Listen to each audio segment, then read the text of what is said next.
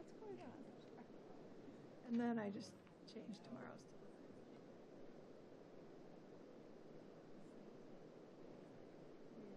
I mean, Sam's the one that, we don't see her all the time, so.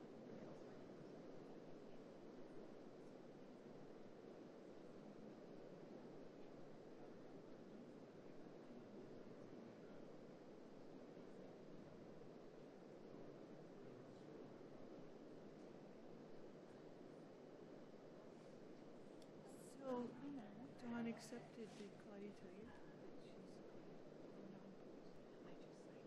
oh yeah, that's right. Yeah, Like 5 minutes ago. Yeah. I was like, okay, great. Terrific. I know, and Claudia says we're looking forward to it. Yeah, So, perfect. That worked out. now we just need somebody. Great. You know what?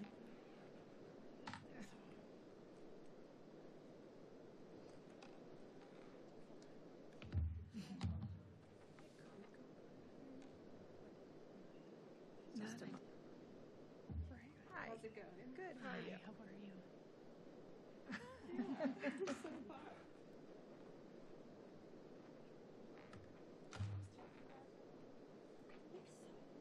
Oh, he usually does he? Or no? He usually comes, but maybe because it's budget. Yeah, maybe. Yeah, just put it. That's why I sat in the middle. I was like, well, I don't know if he's coming or not.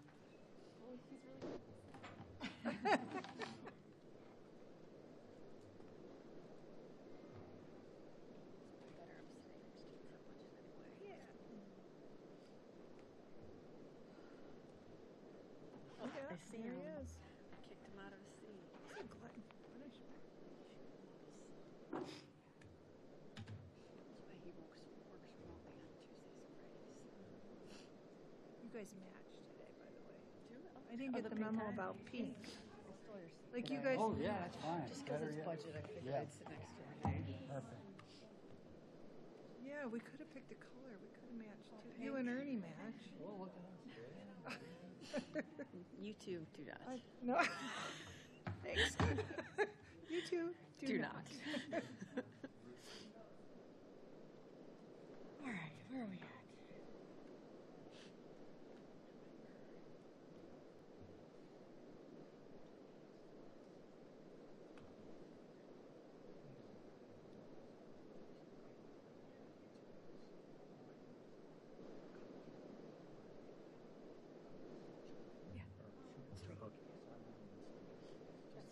Do the same thing with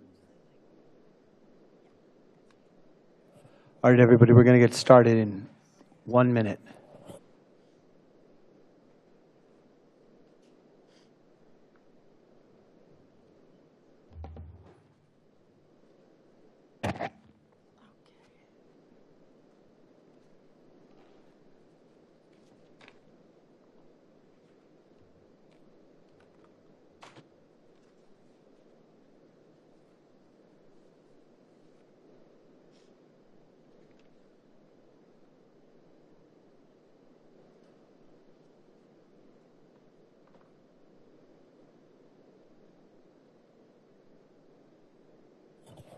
Okay, everybody ready to rock and roll? Let's call to order the meeting of the November 24, 2025 Finance Committee hearing. And this is the beginning of our 2026 budget process. Thank you to members, Mayor George, and members of the administration for being here and working so hard to prepare the budget proposal. And I look forward to a productive schedule of conversations. Thanks to the council office, the council clerk, and others on putting together a good agenda schedule of meetings, and we're in the first today. Before getting into the heavy lifting on the business tonight, let's consider some minutes for approval. So first, we've got the October 27 Finance Committee minutes from our meeting that day. Is there a motion to approve the minutes? Motion made. Second. Motion been made and seconded. Any discussion? Hearing none. All in favor say aye. Aye. Aye. Opposed? The ayes have it. And then we also have the minutes for the November 10, 2025 meeting of the Finance Committee. Is there a motion to approve those minutes? So moved. Motion been made. Is there Second. And seconded. Motion, is there discussion? Hearing none, all in favor say aye. Aye. Opposed? The ayes have it. Okay, I would now like to turn also to the proposed resolution for the citywide composting program. That's Resolution 2025, pardon me one sec, -68. I think this will be a short conversation. It's sponsored by Councilwoman Hamilton Steiner, myself, and Councilwoman Marks. A resolution to authorize the mayor to negotiate and enter into a contract with a composting provider for a citywide composting program, and specifically, it would authorize the mayor to negotiate. Well, just what I said: enter into and negotiate a contract. Negotiate and enter into a contract for composting service provider for the city for citywide composting services, including establishment of multiple drop-off location, regular collection services, and community education. For any potential drop-off locations proposed on non-city property, the mayor or designee shall work with partner and coordinate with appropriate property owners to establish appropriate partnership agreements. This language is broadly worded, doesn't get specific. I think we could consider, Finance Committee members, recommending this language to the full council for adoption. The detail would come in an accompanying budget proposal, which I hope later tonight Councilwoman Hamilton Steiner can present to us. So I guess I'd like to open this for conversation with committee members. I'd be willing to recommend adoption of the full council. The other point is target to launch implementation on Earth Day next April 22nd. Any discussion, committee members? Councilwoman Skrivik. Thank you, Chair Bullock. Yeah, I'm in favor of citywide composting. We've been doing composting at our house for years and years and years, and I think anything that we can do to keep things out of landfills and enhance our yards by composting materials seems like a no-brainer to me. So I'm very much in support of this. Thank you. Thank you, Councilman Baker. Any comments or questions? No, I'm in support of this. I would like to hear some discussion on how we intend to operate it, but perhaps that's a little bit too far. Thank you. Councilwoman Steiner, I know, do you want to speak now or do you want to hold it for later in the agenda? Whatever. Why don't you go ahead now? Sure. I mean, so the operationalization of that would be the composting provider. So I've been speaking with Director Byington and one of the planners, Sophia, as well as our composting committee friends, and we've been talking about how this could get rolled out, how this could work.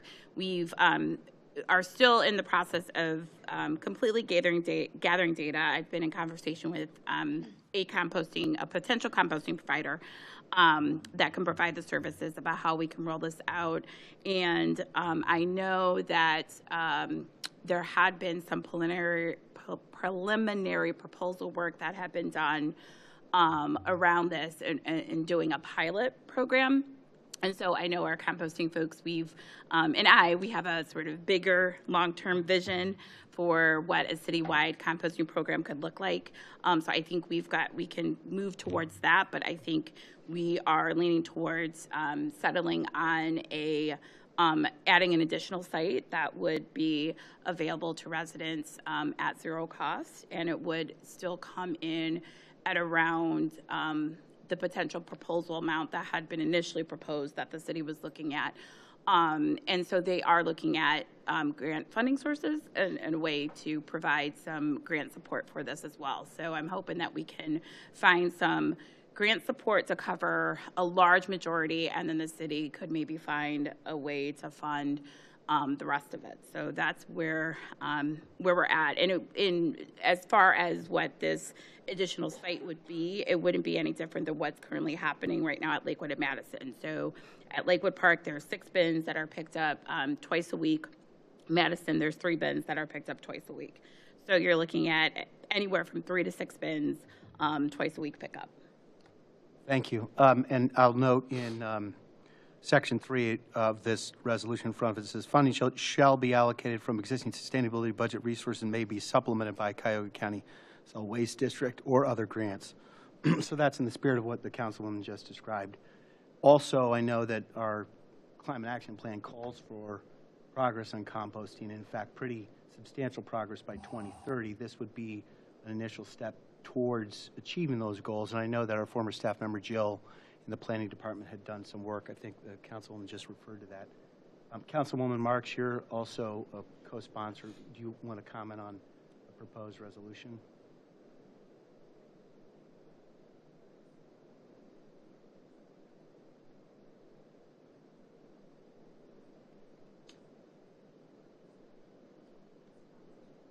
Okay, thank you, Councilwoman. Other council members? Mr. Evans. And then Yeah, I want to thank my fellow council members for all the hard work on this, and for members of the community who've consistently brought this to our attention and have, stood out there. I think this is an important project. I'm 100% behind it as well. I hope we can find a way to make it work. Thanks. thank you. Councilwoman Keppel? Thank you. Yeah, totally in support of making composting more available to more residents at no extra cost to them. It's the right thing to do and advances our climate action plan. I do have a question. The resolution, unless I'm reading it, doesn't allocate a specific amount of funds. It just authorizes and directs the mayor to enter into negotiations in a contract. Is that correct? Yes, that is correct, because we were in the process of, trying to figure out, what that amount would be, and then also understanding the language as far as the limit to sending it out to Board of Control for bid and all of that. So just keeping that in mind and trying to be mindful and not having it be too restrictive to where we would have to go back and make changes, but broad enough to where we're able to implement this. And again, I would refer to, the law director and, Vice President Baker for input as far as wording. Is this written correctly and how it should be? And is it going to do what we want it to do? Thank you. Yeah, through the chair. So I guess then the question is, I know Councilman Hamilton-Steiner, you've done great work on working with the administration on this, and I appreciate that, and the planning department, is if council were to, if this was referred back and council were to adopt this, where would we, do we have an estimated number, and where would we see that coming out of the budget? And that might be more of a question for finance as well. If I can take a stab, Councilwoman. So I think there's in two parts. Part of why I'm proposing that we try to clear the resolution out is because it doesn't have the specifics. So it just proposes to give the mayor the blanket authority. We do need to take the second step that you're anticipating, Council President Keppel, and maybe we can talk about that. We've got 15 minutes to reserve tonight for discussion of city council budget initiated amendments, so we could talk further about that, or we could just do it now. But I think what the councilwoman was anticipating was an estimate of around $20-some thousand. Yeah, so there was previously a proposal that was put together and it put it at about $26,000. So that's what they were looking at. And when I had spoke with one of the potential composting providers on Friday, Friday, they were estimating it, putting it closer to maybe 35,000. But so the person that does, sort of puts together the proposals with the provider is out of the office and will be back in next week or maybe the following week. So they would be able to put together a better proposal. But that's what I'm estimating. It would be between 26,000 and 35,000. And also, Councilwoman, are you envisioning this 2026 initial program as a permanent or as an initial step to field test it, gather data, see the response? Yeah. Yeah, so I know that was one of the concerns from the administration was, rolling out the cost of rolling out a potential citywide composting program and it falling short and not being a success. So I think we've sort of landed on and agreed that, starting smaller, starting as a pilot, seeing what the demand will be, seeing, and also seeing what those barriers are. Director Byington also wanted to know, is the barrier financial or is it accessibility? So, are we looking at more of an issue where more residents would participate if there were more locations, or would more residents participate if there were, if there wasn't that fee that they had to pay? So that's where we would be able to gather some data and see what the subscribership is. The composting provider has been very great to work with so far, and they are actually working on providing some projections and putting this towards like a 3 to 5 year plan to where we can grow it based on the demand for the service. So I guess my interpretation would be, we're hearing that the detail and the fact gathering is underway. If we were to adopt the resolution, which we can't do tonight, but the committee could recommend, what it would do is give the mayor blanket authority, but it probably wouldn't be effective without also a budget allocation, which we wouldn't do tonight. We'd include, if we were going to include it in the round of final budget amendments on the final meeting before we pass. So that's kind of the structure that I envision. Does that speak to your questions, Councilwoman? Sure. I just want to make sure we're all clear on process and managing the expectations of what's happening here tonight. So if this is referred favorably out of committee, that's step 1. Correct. Adoption at full council would be step 2, and then allocation of the funds would be step 3. Right. Got it. And some of that allocation would, in this example, required some continued dialogue, I think, between the council sponsors and the administration to continue bringing into focus some of the details. Okay, so thank you for that. I see a couple members of the public engaged with this issue. Would you like to speak briefly? You don't have to, but you're welcome to do that now if you'd like. Okay. Welcome, Ms. Sykes. Oh, there it goes. Okay. No, thank you guys for accepting this, and I hope you will put it in the budget, and we are remiss if we don't do it. Thank you. Thank you. And that's Ms. Bonnie Sykes from Lakewood. Hi, I'm Catherine Zimnick from Ward 3.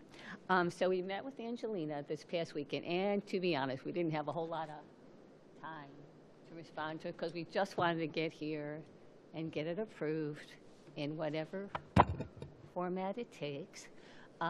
So I don't know whether or not there's an agreed figure, but we will work with that figure, whatever you all approve.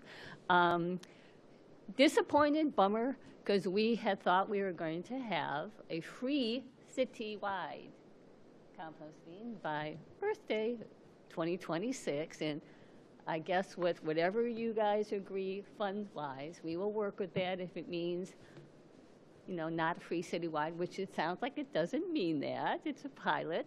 And the way we talked about it, which I'm hoping there's some wiggle room in this, 3 sites that would all have a free bin for about approximately 200 people, first come, first serve. Open up on a certain day.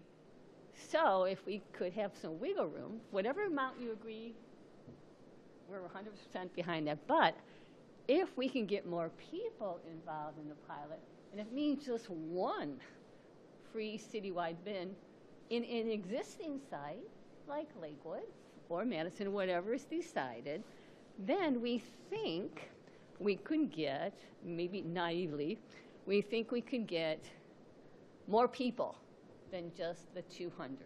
Now, call me delusional, call me naive, I'll accept it.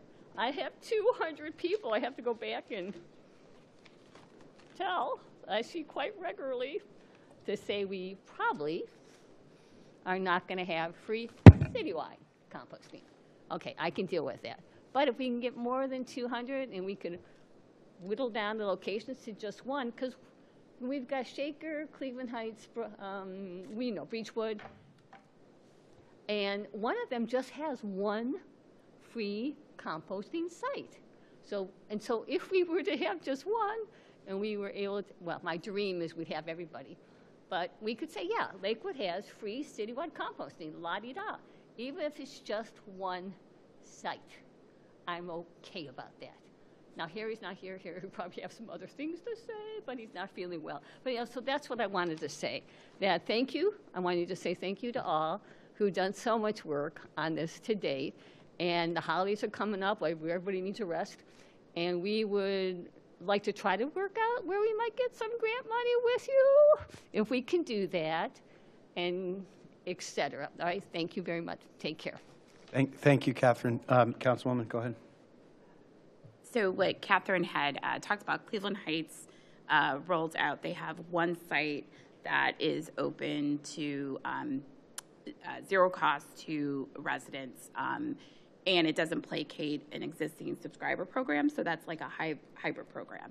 So we could potentially have one site that would be for new non-paying subscribers at the moment for Lakewood residents, and then you'd still have the current sites at Lakewood Park and Madison Park. So that is one of the options that we can have that model. Thank you. Any other comments? I would say, go ahead, Councilwoman. Thank you. I'm not quite sure I understand that. Aren't the locations of Lakewood Park and Madison Park, aren't those citywide and free? They're not free. So people pay to use them. So you subscribe and you pay a monthly subscription, essentially, for access to those bins. And so last time we did it through Madison Court Community Coalition, and I want to say it was around $12 a month to do it. Thank you. So the program details are going to be under continued development and refinement. I think a working deadline for ourselves would be the end of this budget cycle, which is really well before December 21, I think is our final date. So the work will continue, and we'll revisit both the scope and the cost. And even if in year one, 2026, is not as expansive as we might hope, we'll get important progress, operational experience, kind of metrics for success, those kinds of things. I'm hopeful. Fairly said. Okay, is there a motion on from the committee on the resolution before us? And I got to get the number. What's my screen? Yep. Back alive.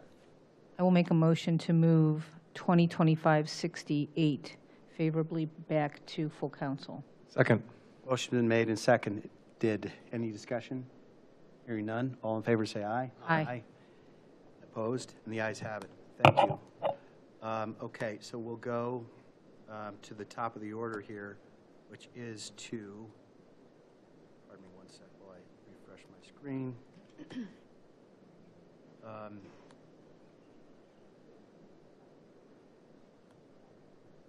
Okay.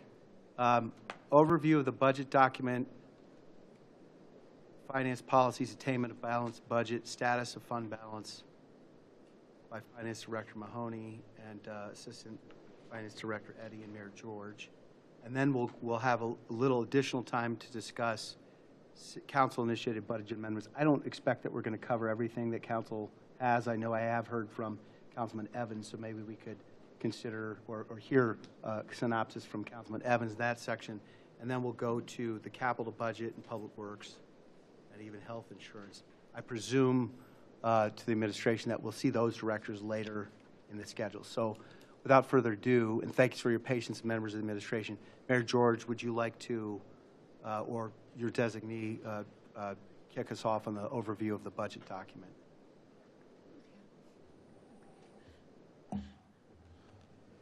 All right, good evening, committee. So just one housekeeping thing I'd like to talk about first is in the list that says the following legislation will be considered. Item 2, it actually should be, it's just a little confusing, 31-2025. I just want to make sure we're all on the same page. That's the 2025 appropriations. And then item 5, 34-2025 is the 2026 appropriations. The one 34-2025, I needed to submit a correction, and I did that to Jen 31, 2025 was the 25 appropriations. I know that probably sounded confusing, but I just wanted to make sure we're on the right page. So 31, 2025 relates to 2025, and 34, 2025 relates to 2026. Just so if you're reading the list of ordinances, you're not confused. Thank you. So, and then I did not prepare a PowerPoint. I figure you have your budget book in front of you. So we can just go through a few pages of it if you like. I'd start on page 7 where the executive summary starts. Just a highlight of the major expenditures for 2026. One thing to consider is that whenever you look at the detail of the wages, that there are 27 biweekly pays in 2026. That happens about every 11 years. So if you think, wow, why are wages so much higher than usual, there is an extra pay. Unfortunately for council, we just will divide your pay by 27 pays. So you do not get an extra pay. And then also included is a 3% wage increase based on the collective bargaining agreements. Some other big projects are, of course, more sewer improvements, Bunce Road, Madison Park, and City Hall improvements. And what I'm most excited about is the appropriations for a new finance system that we will be starting January of 2026. And if you, on page 155, and there's no need to scroll to that, but that's where the capital projects start, and of course those are the largest projects for 26. And then just a little overview of the revenue. Income tax and property tax together represent 77% of our general fund revenue. This is the second year, and we had a $3 million increase in property tax for 2025. But as we had talked about in a prior finance meeting, it's every 3 years that property tax is adjusted, and that's when we get the bump. So then we have to keep that same amount for those 3 years. So although expenses go up, property tax does not go up generally for the other 2 years of that cycle. And then income tax, we budgeted a 3% increase. We generally average about that over the last 10 years, between 3 and 4%. So we used a 3% increase there. If you flip to page 9, you'll see the GFOA's accepted reserves is 2 months of reserves. We don't want to get into a situation like we were in 2008. And our projection for the end of 25 is 64 days, so just over that. Again, not an immense amount of over that, but we do fall within GFOA guidelines. So Director, who's GFOA? Government Finance Officers Association. They put out all the rules for. Okay, not state government, but a professional association. Yes. Okay, thanks. And so again, that's good news is that the city is within that 60 days, and we definitely would want to stay within that for those unforeseen circumstances. And then, so just as a little review, general fund is where all the money that is not allocated to a specific other fund is spent. So, like for example, sewer and water, and those are specific revenues for a specific purpose. General fund is really what we mainly talk about because that's where that you can spend, anything that's not reserved for a certain purpose. Yeah, again, the income tax and property tax represent 77% of general fund revenues. And then on page 10, you can see our capital, just a general overview, about $100 million in 2026 projects. Some of that was from prior years that is still being done. Obviously, water, sewer are the highest dollar amounts there. And then on page 11, you can see the anticipated new debt money that about $27 million, which includes improvements to City Hall in Winterhurst. A large portion of that is Bunce Road, which is, you'll see $5 million, which that's just roadway improvements. Bunce Road's also included underwater improvements and sewer improvements. So,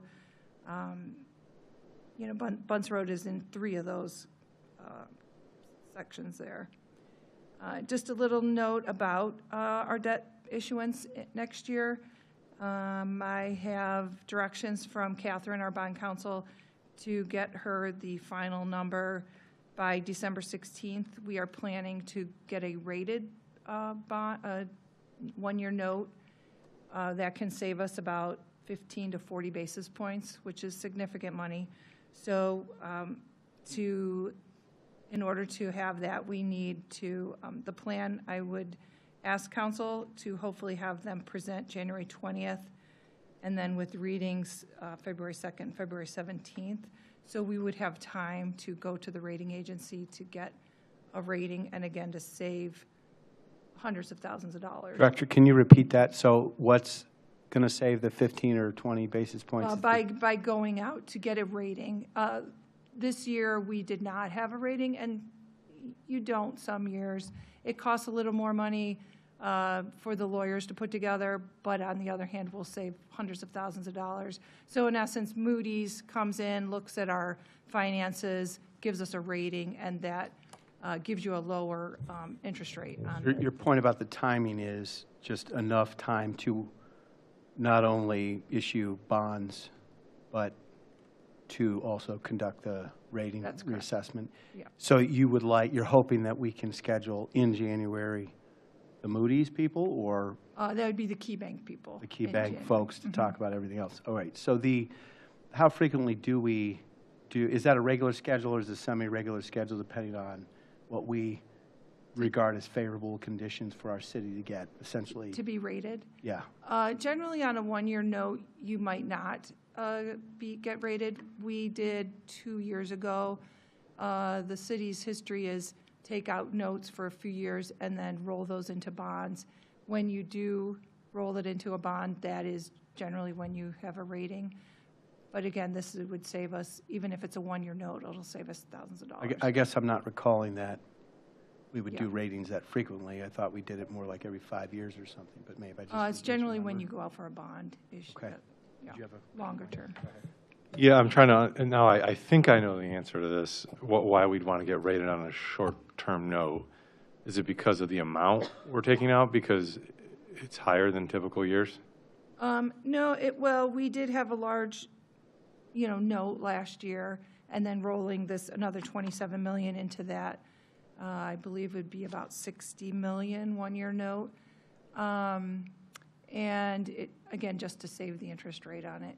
No, I guess I understand it would save money. It's very clear. I'm trying to understand why a rating is necessary this year on the short-term notes. I understand you go out for a bond and you roll over debt, you're going to get rated, right? Mm-hmm. And the rating is just lawyers' time and energy and effort, and is it worth it for the interest rate saving? And I'm trying to understand why on a short-term note. I understand it saves money. I understand we've done it in the past on bonds. I don't understand why we're doing it on short-term notes, and that's why I'm trying to understand. Just to save money. But why is it different this year than it was the past couple of years for short-term notes? We could have done it in other years. Yeah. I would say I think we've done it just about every other year. I know I've personally presented to Moody's at least twice since I've been here in 6 years. So we generally present every couple of years. On the bonds, though, this is, as I understand the way you've described it, we're presenting on the short-term notes. Do we think the city's in a stronger financial position because of increased collections? I believe we will, and I can present to Moody's how we have, 2 nice developments coming, and I mean, it's just to save money. That's all. Costs us about $10,000 to $15,000 in legal fees, and we'll save at least $100,000 in interest expense, so. Yeah, and perhaps when they come, we can ask them this. I don't understand the distinction of on the short, long-term bonds, 100%, I understand. But I don't understand on the short term. And I think it's because of the amount of money we're taking out, but We could have this past year too with the 30 million, and we could have. It's just more work on the administration, more legal fees. But I had a meeting with them and they suggested that this would save us money. I said, I'm all about saving money, so. So we could have saved money last year, I guess? We could have if they didn't suggest it to me to have a rating. But yes, you could get a rating.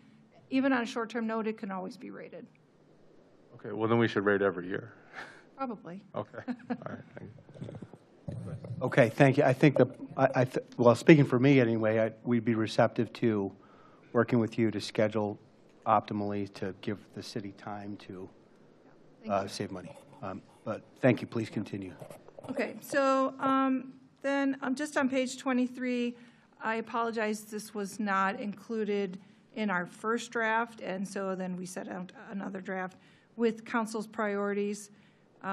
Just wanted to point out that when the administration looks at the budget, we do look through council's priorities, and most of those have been included in some form in the budget. Just wanted to point that out.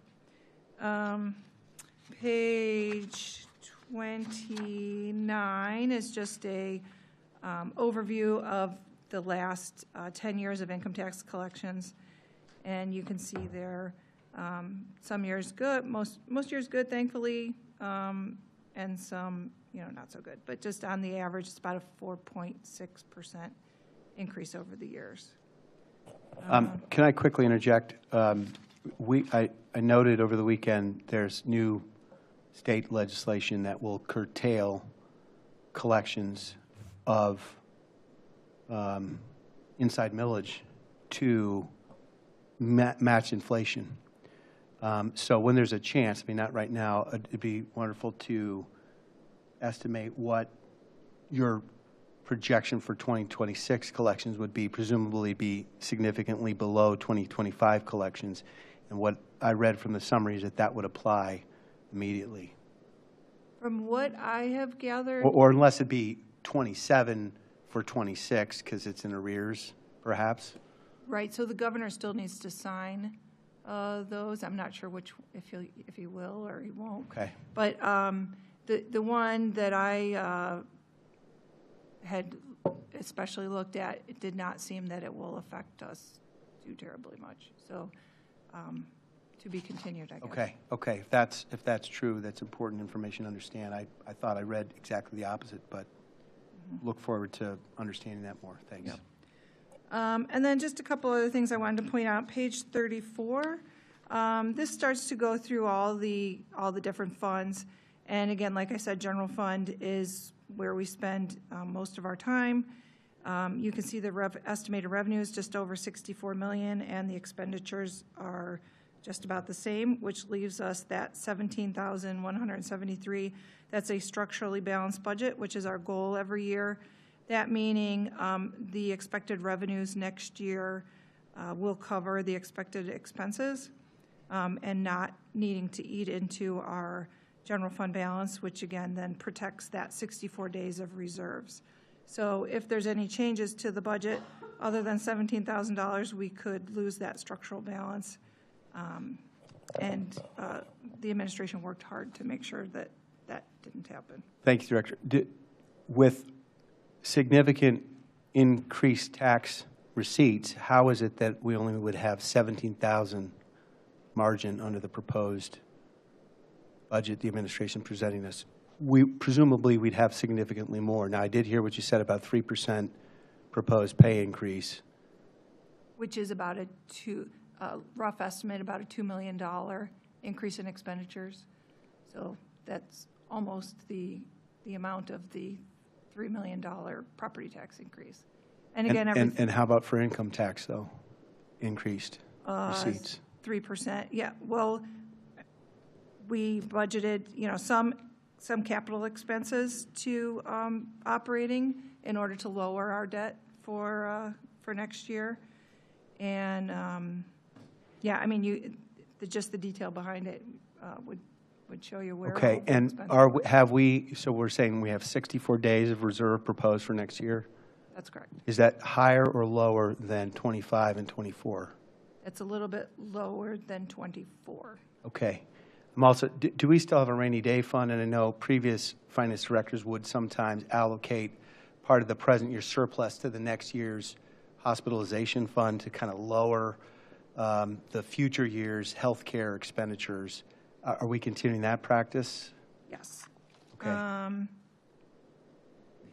Going back to page 8, our goal is to maintain $1 million towards the economic development account, $500,000 for employee separation payments. And again, as you asked, why is the expenses up? Again, in 2026, we'll have an extra payroll. 27th pay, and that's significant. Have we been saving a little bit every year towards the 27th pay, and then it goes back down, and we reaccumulate?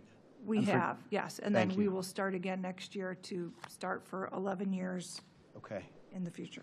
So that's kind of a one-time higher expenditure, but still, so it sounds as if spending cash on capital budget and also capacity to pay personnel a 3% increase is most or all of the proposed use of the increased tax receipts. That's correct. Okay, thank you. These are all clarifying questions. Mr. Baker?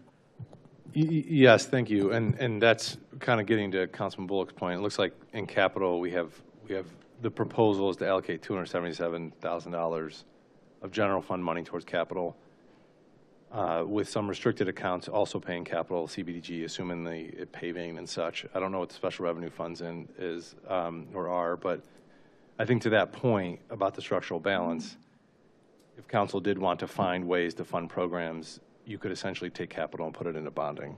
And so that's, for my colleagues' edification. I'm not necessarily advocating for that, but that would work, right, Director Mahoney, if we wanted to say right now there's a $17,000 revenue over expenditure, but there is a world in which we spent $250,000 out of capital, for example, or $250,000 from general revenue fund in capital and then took 27.5 and put it somewhere else?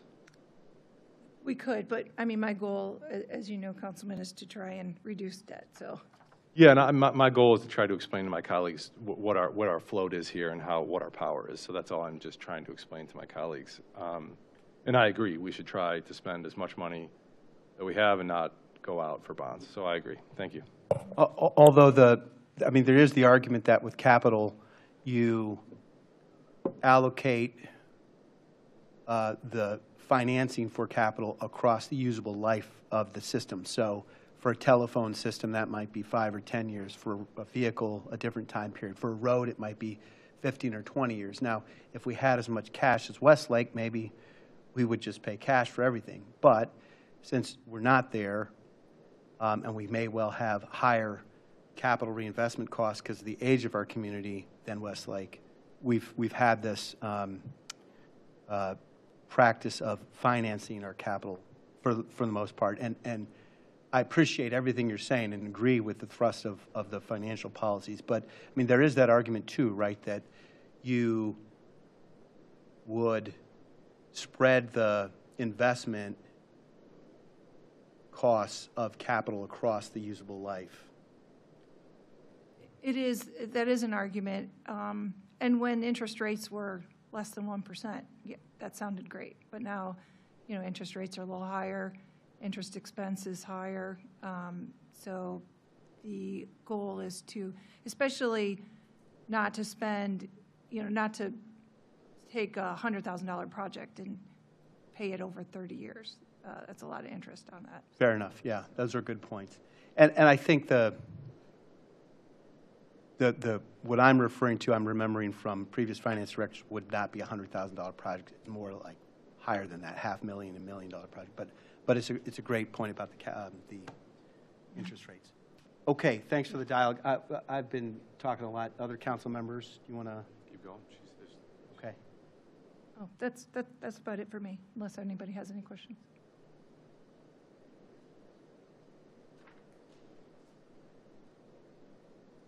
Okay. Would you like to proceed to the next section of the, again, I'm looking at my screen. To read Public Works, I think.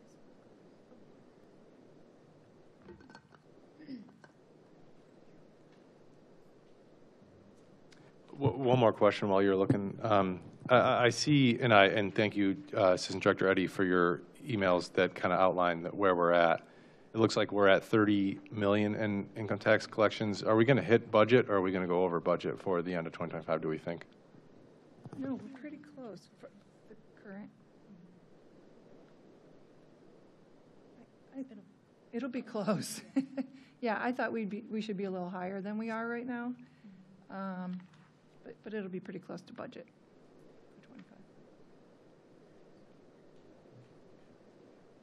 for 25. So Director, you mean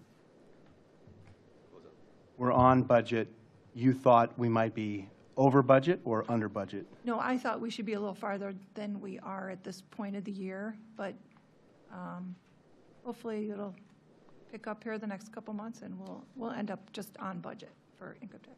Farther means what? Just making the expenditures that are called for? No, the collection of income tax is Okay. what, yeah. Okay. Very good. Okay. So I do see Public Works here. Why don't we, I guess what I'd like to propose, council members, is that we proceed with the administration's presentations, and then we can reserve some time at the end to hear from those council members who may be prepared to talk further, as Councilwoman Steiner did. Thank you for going first about council-initiated proposals. I think we'll, as I said before, take a step or three on that and keep working throughout the process on those. So, Public Works team, welcome to the hearing. Would you like to come up to the plate and start swinging? Thank you. And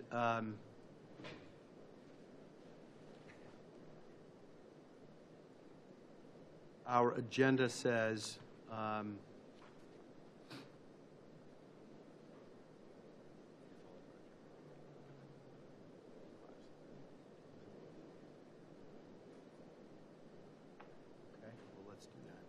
okay, so Director Gordon, would you like to do the overview of Public Works Department? We begin with that, and then we could pivot to the capital budget. No problem. Good evening, everyone. So sorry, I'm trying to get myself prepared here. So as has been done in the years past with the PowerPoint presentation I have mixed both Public Works and the capital together. I've done that in years past, and it seems to have been a positive experience for all of us. So included in my PowerPoint is both Public Works and capital, if that's okay with everybody. Of course, yeah. All right. So I guess we'll go ahead and get started here. So again, thank you again to City Council, to Mayor George and all of those involved for another successful year, in my opinion, for the Public Works Department. I'm joined tonight, as I always am, during this time of year by City Engineer Mark Papke. So we are here to answer any questions that Council may have. So next slide, please. And the next. So we will start with the Streets Department, and I will try to go through the individual departments, not as quickly as possible, but efficiently as possible, to kind of hit on some things that I thought were of some great accomplishments this past year, and then what we're looking at in the years ahead. One of the things I like to strive ourselves in Public Works on is being responsive, and we are providing a service to the residents of Lakewood. And I thought one interesting statistic from this past year was that the Streets Department received and responded to a total of 1,871 resident calls, which I thought was a pretty large number when you think about how many days are in a year, how many times during that year that we're here compared to the number of resident calls. And then on top of it, the cubic yards of concrete that we put down for various streets this past year was 582. So you could tell this past year that work was right where it needed to be and where I feel it exceeded expectations. As we've done in years past, the Public Works Department, again, will be working with Cuyahoga County, and we applied for the Cuyahoga County Road Preventative Maintenance Reimbursement Program. We applied in October of 2025 this year, in which they reimbursed for material costs only on county roads for crack sealing. We are happy to report that, to our knowledge, we will be receiving it again. So we will look to crack seal this upcoming year, Brown, Warren, and Riverside Drive. And then from there, if we are able to get to local streets, we do it based on per pavement condition rating as time permits. You know, we don't want to be solely committed to that because those roads take a while, along with all the other work that we have. But again, this is something that we've applied for in years past, we've gotten, and we will continue to do so. On Riverside, is it termini to termini, or is there certain sections? Correct. So the whole thing? Yes. Our plan is thank your guys for the work they've done on sealing the potholes, because it's a lot better. So. We appreciate that. As you know, Councilman Baker, we started south of Hilliard this year. We continue to plan to work north of Hilliard next year. And, you know, it's been brought to our attention about Riverside on many occasions. Obviously, the city doesn't want to obligate to doing anything towards Riverside until we know exactly what's going to happen with that bridge, the Hilliard Road Bridge. So we'll continue to do the best we can down there. And we certainly think that the crack sealing program will help in the case that we are able to knock out as much as we can. Director Gordon, quick other question. Do we proactively look for potholes and seasonally? You have a great stat on the previous slide, responded to 139 reports. But I mean, it's important that every citizen report everything they notice, or we catch them without that? Good question. The answer is yes. We do have crews out that are doing pothole repairs and filling potholes on a daily basis. And then in the wintertime, we do have a night crew that's here. That is part of their everyday night duties, is to look for those, understanding that they need to keep the noise ordinance in effect and to try to be as quiet as possible, which can be difficult at times. But as I've said to residents before, and I will continue to say in a lot of situations, you know, they are our eyes and ears to many things that are out there. So if they do find something that needs attention, I encourage them to report it. Thank you. And can we use the app? Do you guys find that helpful? Yeah, the report a problem? Great. Yes, it will go to the correct department. If it doesn't and it ends up on my desk, I'll make sure it goes to the correct department. Thank you. Sure. So switching it up to the forestry department, 2025, again, another great year for that department. You know, all of the 200 trees we planted in the spring included the installation of water bags, which were filled weekly throughout the summer season. We continue to perform tree removals where necessary, along with working with contractors. And we're happy to report that the forestry department has been using the city GIS tree inventory to create work orders and reports, which has been of great success.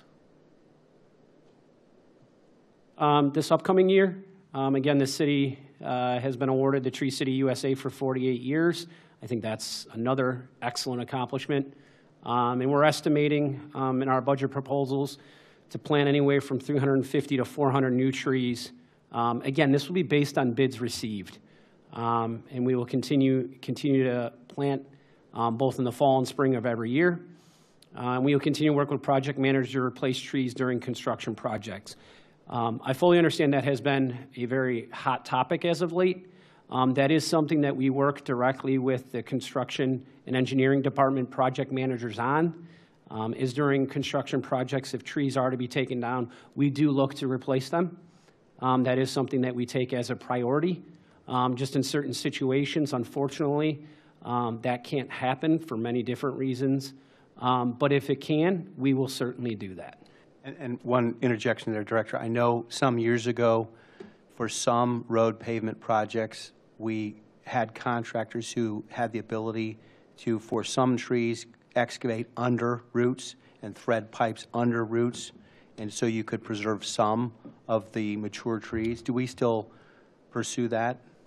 Yes. So the mindset of Public Works and engineering, I can safely say, is everybody knows if we can preserve a tree at any time during any project, we will do that under any circumstance necessary that we can.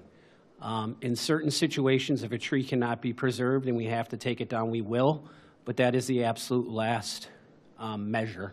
No, appreciate that, and you've been clear about that, and we thank you for that. I just wonder the actual experiences. I mean, are there cases where we're successful at, say, in every second or third tree on a road that's getting new underwater pipes or something? Yeah, in a lot of cases, we would just, if possible, change the location of where the utility may be going compared to the tree, if it's possible.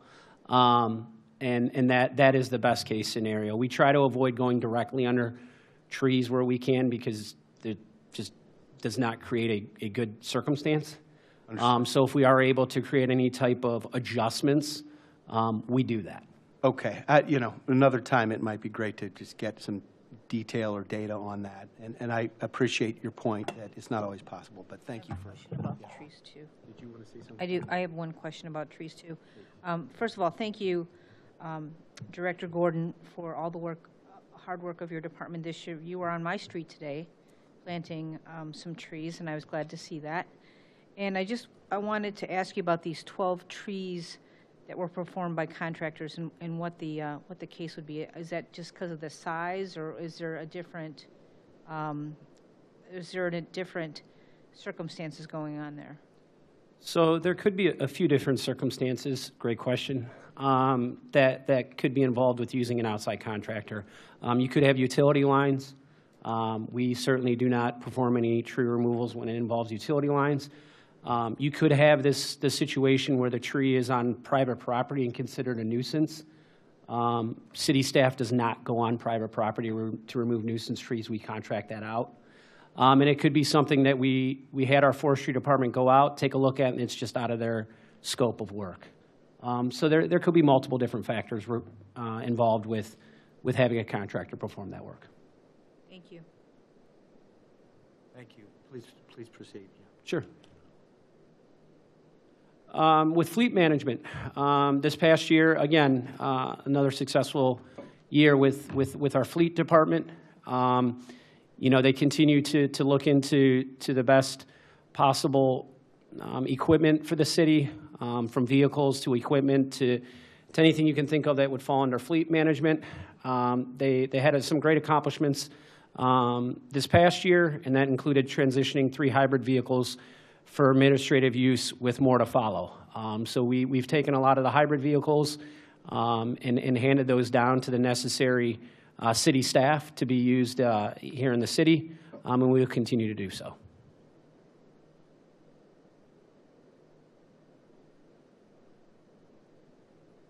Unfortunately, I can't see that one. Terrible on my part. This is our 2026 projects to be financed using the municipal capital lease. I'll make a note to myself to never use that color again. Myra's going to have trouble. Yeah, you know what? I'll let them be. So again, this is just a list of the municipal capital leases this upcoming year for our fleet department. Can we clarify terms? So lease does not mean what a family would do at a dealership, where it's a different term. I think it just means, in this context, Director Mahoney, essentially a car loan, right? That's correct.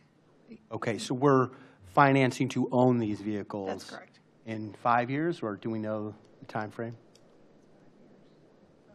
Okay, does that make sense, council members? Because I got myself confused one time on that. Okay. And again, instead of including this in a note issue, paying for something for 30 years, we just pay for it like a short-term Securitize it with the asset rather than. Yeah. than with what our full faith and credit. Yeah, so you're, technically, they could seize the medical truck, you know, instead of seizing our collections of income taxes. So you attach it to an asset.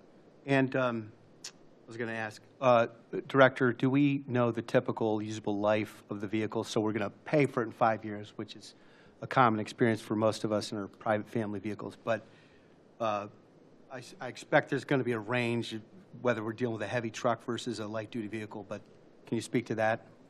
Sure, absolutely. Currently, James Holman, our fleet division manager, has a spreadsheet going in which he lists the vehicles and their years of replacement. There also could be multiple different factors behind the scenes that could go into a vehicle needing replaced. Unfortunately, if a vehicle, if we notice that it starts to have more problems than we'd like to deal with, and potentially it's a little bit younger and needs to be replaced sooner than an older vehicle, we may consider that. So there is like a rough time frame. You're looking anywhere from 10 to 15 years plus. And again, it all depends on how much it's being used as well. So there's multiple different factors to consider. How much idle time it potentially has on the road because it's being used for many different things while it's out there. So again, you know, we don't set ourselves to okay, it's 10 years old and we're replacing it no matter what. We look at the vehicle itself and we try to get as much out of the vehicle as we possibly can before we want to move on to another one. Okay, thank you. Parks and public properties. Again, this department does a great job, as we all know, with what they are able to accomplish every year. And credit to this department for being very proactive with sustainability and taking the next steps with all of that. And as you can see in this slide here, they've done a lot in 2025 with, you know, removing the fluorescent fixture lamps and replacing with LED strip lights. They replaced the traditional light switches with motion switches. They continue to purchase the battery-powered equipment, upgraded HVAC units. I mean, multiple things with this department that I'm very proud of, and I'm very proud of the division themselves, especially Division Manager Kurt Mate for being very proactive with everything.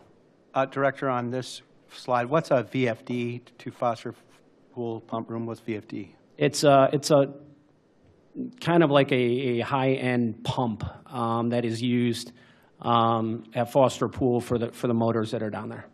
Okay, so that's just investment in making the pool operate appropriately. Correct. And to have it operate more efficiently, I guess you could say would be the best word.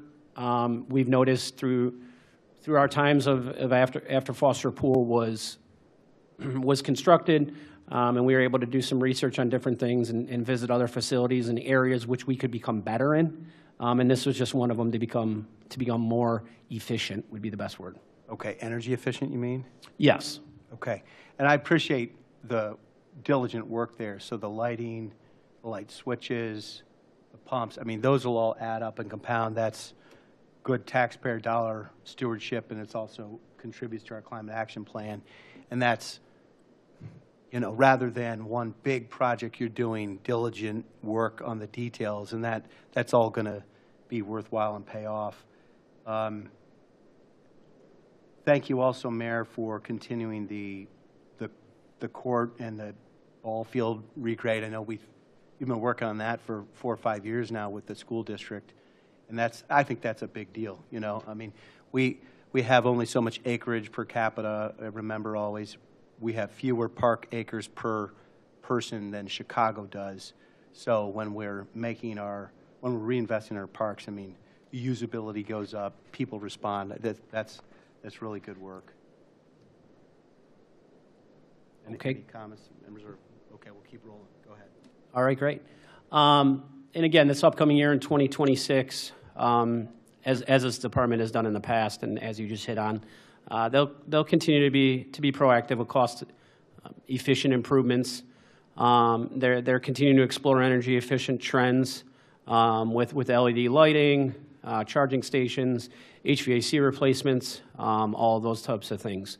So we will continue to be proactive there and continue to move forward. With the Parks and Properties Department, we will continue with our wood fencing replacement program. We will start on the west side property line of City Hall this year and head north. If you noticed, we hit on the east side property line this past year, so we're going to flip it over to the west side property line and head north. Thank you, Director Gordon. On the fences along 90, all of them got replaced except the one by Niagara Park. You indicated in a strong breeze could knock those over. I think it has a couple times. Is that in this next year's program, or is that another year out? I don't know off the top of my head where that one falls, but I can follow up with you on that. Thank you. Yeah, I noticed you did the metal poles instead of the 4x4 posts on the other ones, and I think that's a nice product. It kind of creates it stronger. Yeah, we were looking for more long-time stability, which we felt that the metal poles worked a lot better. But I could certainly follow up with you on that one. So to clarify, we're replacing the wood fencing with new wood fencing, is that right? That is correct. We will remove the old, and we put in metal posts instead of wood posts to have the fencing last longer with the footers. So as you can see in this photo, there's a wooden fence post going into a concrete footer. If I had a red pen, I could kind of show you. But instead of that, we're going to go with a metal post and then wood fencing all the way around. Now, do they pile drive those, or do they put those in concrete? We put those in concrete. Thank you. And along with the Parks and Properties Department is the city HVAC and roof replacement program. Again, this is just a program that we have set up, that we have a contractor that we're on contract with come out and take a look at our HVAC systems throughout the city, as well as our roofs, and these are the next ones that are on the list. So it'll be the Public Works Garage Split, Fire Station 3 rooftop unit, and the Fire Station 3 metal roof. Are you proposing a study of that or actual replacement in 20? These will be actual replacements. They're next on the list. Okay, and how about the efficiency there? Because those are big drivers of total energy use. So with any type of HVAC replacement, we try to do as high efficiency as possible, which we have done at other locations as well. That is certainly something that we speak with our contractor about, and again, try to get our best bang for our buck with these situations. And so some of that, though, is a judgment call, like how long the return on investment you're comfortable with. Presumably, the city is a long-term tenant of the buildings we own, especially on public works and fire station facilities. We're not moving those, right? So we could make a case for a longer-term, higher efficiency investment. And I know from my private work that we're staring electricity price inflation unrelentingly in the face, thanks to tariffs, data center speculation, reshoring of industry. There's a bunch of upward pressure on electricity prices. So I'd like to make a compelling argument that we lean into the higher end rather, there's good, better, and best. I don't know if we're opting for better or good, but like you can make a case for best because arguably the tolerance for a longer ROI would be appropriate for the city. Understood. Okay, thanks. And then again, along with our Parks and Properties Department is this upcoming year is the Madison Park Futsal Court Upgrade Project. The tentative start date for that would be late spring 2026. The city did apply for a CDSG grant for this upgrade for $50,000, and a public meeting with the futsal community was held in October of 2025. And to everybody's happiness, the Beck's pool improvements we're looking to do in this upcoming year that will consist of conceptual design and the public engagement process. So this will be the beginning steps this upcoming year for the Beck's pool improvements. Council members, any discussion on that point? That's a pretty big significant project, and I'm glad, Mayor, thank you for including that in the. Go ahead, Councilman Striebeck. And then Thank you. I had one question on the pool. When I was at the CREC meeting the other night, they were talking about how that pool was just losing water like crazy. Do we have any plan to, when this starts to excavate, to look below the pool there to see if there's anything that we're missing in causing this excessive leak?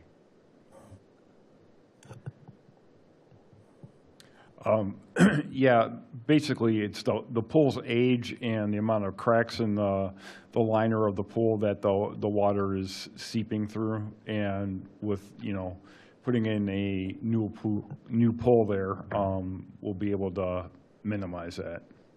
Thank you. Are we expecting to find an underwater river when we start pulling that out from the water that's been lost? Or are we noticing anywhere else on the property where this water is pooling? We'll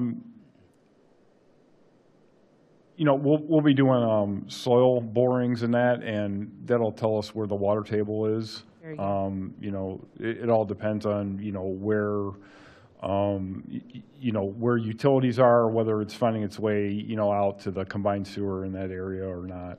Very good. But, yeah, the improvements there would control that. Thank you. Councilwoman Steiner.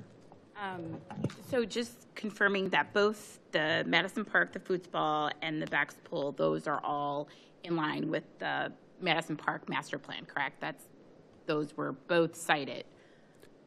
Although the Madison Park master plan is run through the planning department, however, I would say the answer to that is yes. To my knowledge, they both were included. Okay. Both the futsal court and the pool as well. Okay, perfect. No, it's just the only reason I asked that question because I know that was something that was a personal priority, making sure that that plan gets moved along. So the fact that we're moving this along and budgeting it, I think that it checks off some of those priorities. So I do know, just an aside, that not everybody will be happy about the Beck's Pool because now Beck's will be popular, and the adults that have had that pool all to themselves for the past few summers will not be super happy. So.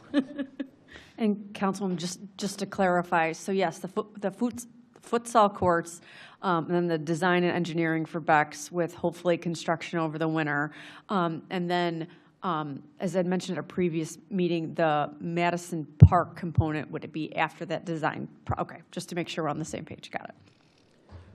Other council members, Mr. Baker?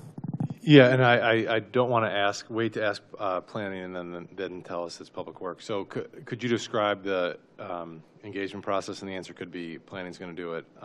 But I assume it'll be similar to Foster. But just our goal is to mirror the Foster public engagement process. That we had quite a bit of responses and feel like we got a great product at the end. So we're going to plug and play at Madison. Thank you. Councilwoman Keppel? Thank you. Thanks. Obviously, there's a lot of interest in Madison Park. So we had I'm looking at the 5-year capital improvement plan.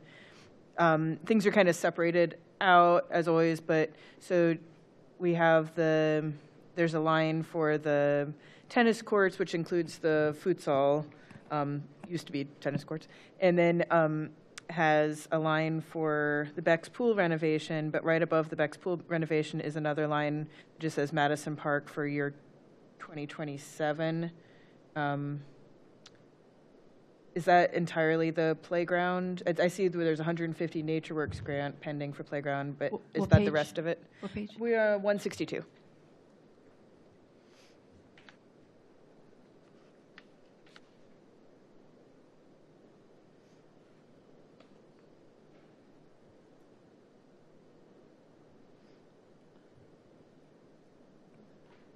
The futsal's on 161 at the bottom, and then at the top of 162, it has a line that just says Madison Park for $500,000 in the year 2027. Is that all playground, or is that other things? Yeah, too? that would be the playground equipment. Yeah. Okay, thank you. And the one thing I would keep in mind, just I guess so we're all on the same page here, because obviously everybody knows that's the way I like to operate.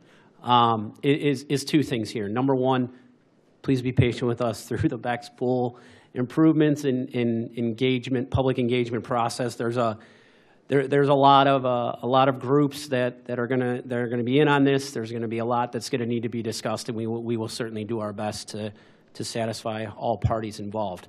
Secondly, we don't want to do any type of improvement to the playground until the pool design and things of that nature and how the pool layout is going to be, until that is all set in stone. So I've been asked a few times about the playground at Madison Park, and the answer is that that's going to need to be put on hold until a final decision is made with Beck's Pool. Can you just repeat that? So you're saying what needs to be put on hold?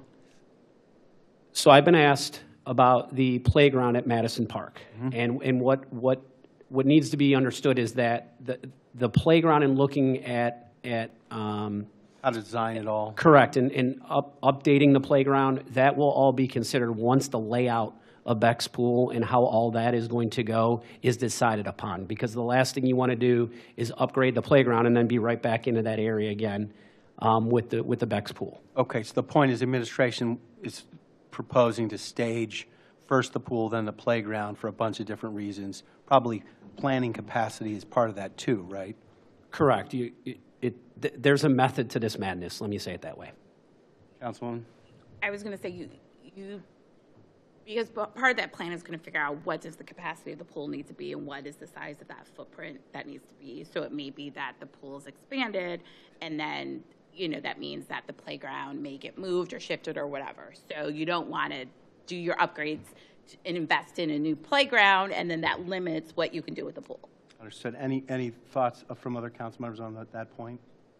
Councilwoman? Yeah, so as those conversations happening, if those kind of dovetail into each other, and this again is probably more planning leading a lot of those meetings, but those discussions with the public about the playground improvements as well as the pool improvements, that's sort of happening simultaneously in terms of what people want for both. So I could see those public meetings kind of happening at the same time, so to speak. Okay, so yes simultaneous or no sequential? I was just saying about conversations, not which thing happens first. Regular residents may kind of organically talk about both together. Is that the idea? Well, I guess what I'm saying is we're going to mirror the process of foster pool, which is a good big public input process, and then if we're having public input process into the playground, and some of the input there could intersect, and so having some of that dialogue, but understanding the order of construction remains the same. Just some of the dialogue could happen at the same time, so it's not one conversation and then a second conversation totally. That makes sense. Councilman Evans, did you want to chime in, or Councilwoman Lamarck, please? Just for clarity's sake, for Beck's Pool 2026, you're just going to do conceptual design and just maintenance, that there's not going to be any specific changes to the pool in 2026. Is that correct? That is correct. Okay, great. Thank you. It will just be a conceptual design in the beginning of the public engagement process. Okay, great. I just wanted to clarify that. Thank you. Sure. My last little question is, the square footage of Beck's is larger than Foster. Is that accurate? It subjectively seemed to me that way when I was walking around recently. I don't know that answer off the top of my head. That would be something I would need to look into. I don't recall which. Are you talking about Foster the way it is now, or Foster prior to just the whole footprint of everything, including the pool side? Maybe that's just close. The layout, but they got to be close to each other now. I wouldn't know that off the top of my head. I'm sorry. It's fine. And last at Foster, we did an attempt to modify the pool house. Any early projection of the question, the pool house at Beck? Everything will be considered. Okay. I believe in the Madison Park Master Plan, it contemplates increasing public gathering space at the pool house. And I see our friend here from Handball Advocate, and that there is also potential, I could see working that in there as well, too, on one of the sides there of the pool house. So hopefully there'll be continued discussion, but I believe the Madison Park Master Plan does include it, whether or not at this time or in the future, does contemplate improvements. You could incorporate a handball facility on the side, make the space multiply. Okay, well, thanks. Obviously, there's a ton of interest. I think we're ourselves interested in also kind of reflecting what we're hearing in the community. So thanks for that dialogue and your focus on that. So please proceed with the next section. Sure. And as we've done in years past, both planning and public works will work together on this process. Next up is refuse and recycling. Again, another successful year for the refuse and recycling department as well. I think everybody will be happy in here to know that, again, for another year, 59% of the waste kept out of landfills for the 12th year in a row, which is a great accomplishment for our refuse and recycling department. You know, we continue to improve on our goal to reach 20% recycling contamination rate. And we're happy to report that it's down to 26.5. So we will continue this upcoming year to work on, obviously, those things, continue to provide a good service with the refuse and recycling program. As we've done in years past, the refuse division will, again, applying for a grant this year with the Cuyahoga County Solid Waste District and things of that nature. Thank you. Do you know how 26.5 is down from? Do you recall? I don't recall what last year's number was. Is it kind of like we're chipping away over time? Yeah, yes, would be the answer to that. You know, we continue to chip away at it every year. I have not seen an increase in that number, which is good. How much of a decrease there is, I don't have that number off the top of my head, but it does continue to go down, yes. I think, you know, maybe we can, the magnets are great. Can we innovate on educational mini videos that get on social media? I don't know if that's effective, but public education is really our tool there, and I know Refuse has done a great job for years. But I'm glad you're including that in this analysis. You know, I mean, you can do some of those relatively inexpensively, so I just encourage us to continue to innovate there and keep at it. Thank you. Sure, and again, as we've done in years past, we will again this upcoming year apply for that Cuyahoga County Solid Waste District. In years past, we've used it to help educate residents on different things, and the plan would be to do that again this year. So to just keep that ball rolling on what you were just saying, and that is educating the residents as much as possible. Thanks. Sure. As was done last year, the city applied and was awarded the EPA Recycling Toter Replacement Program. Again, the city's Division of Refuse and Recycling was awarded the Ohio EPA Recycle Ohio Grant Program. As was done last year, we will use this grant again to purchase an estimated 4,000 plus recycling toters, as was done in 2025. And we will continue to work our way as we did from last year with the oldest toters and working our way back. We appreciated everybody's patience and understanding this past year. We were not very happy with how the program went. So we are going to be making some adjustments.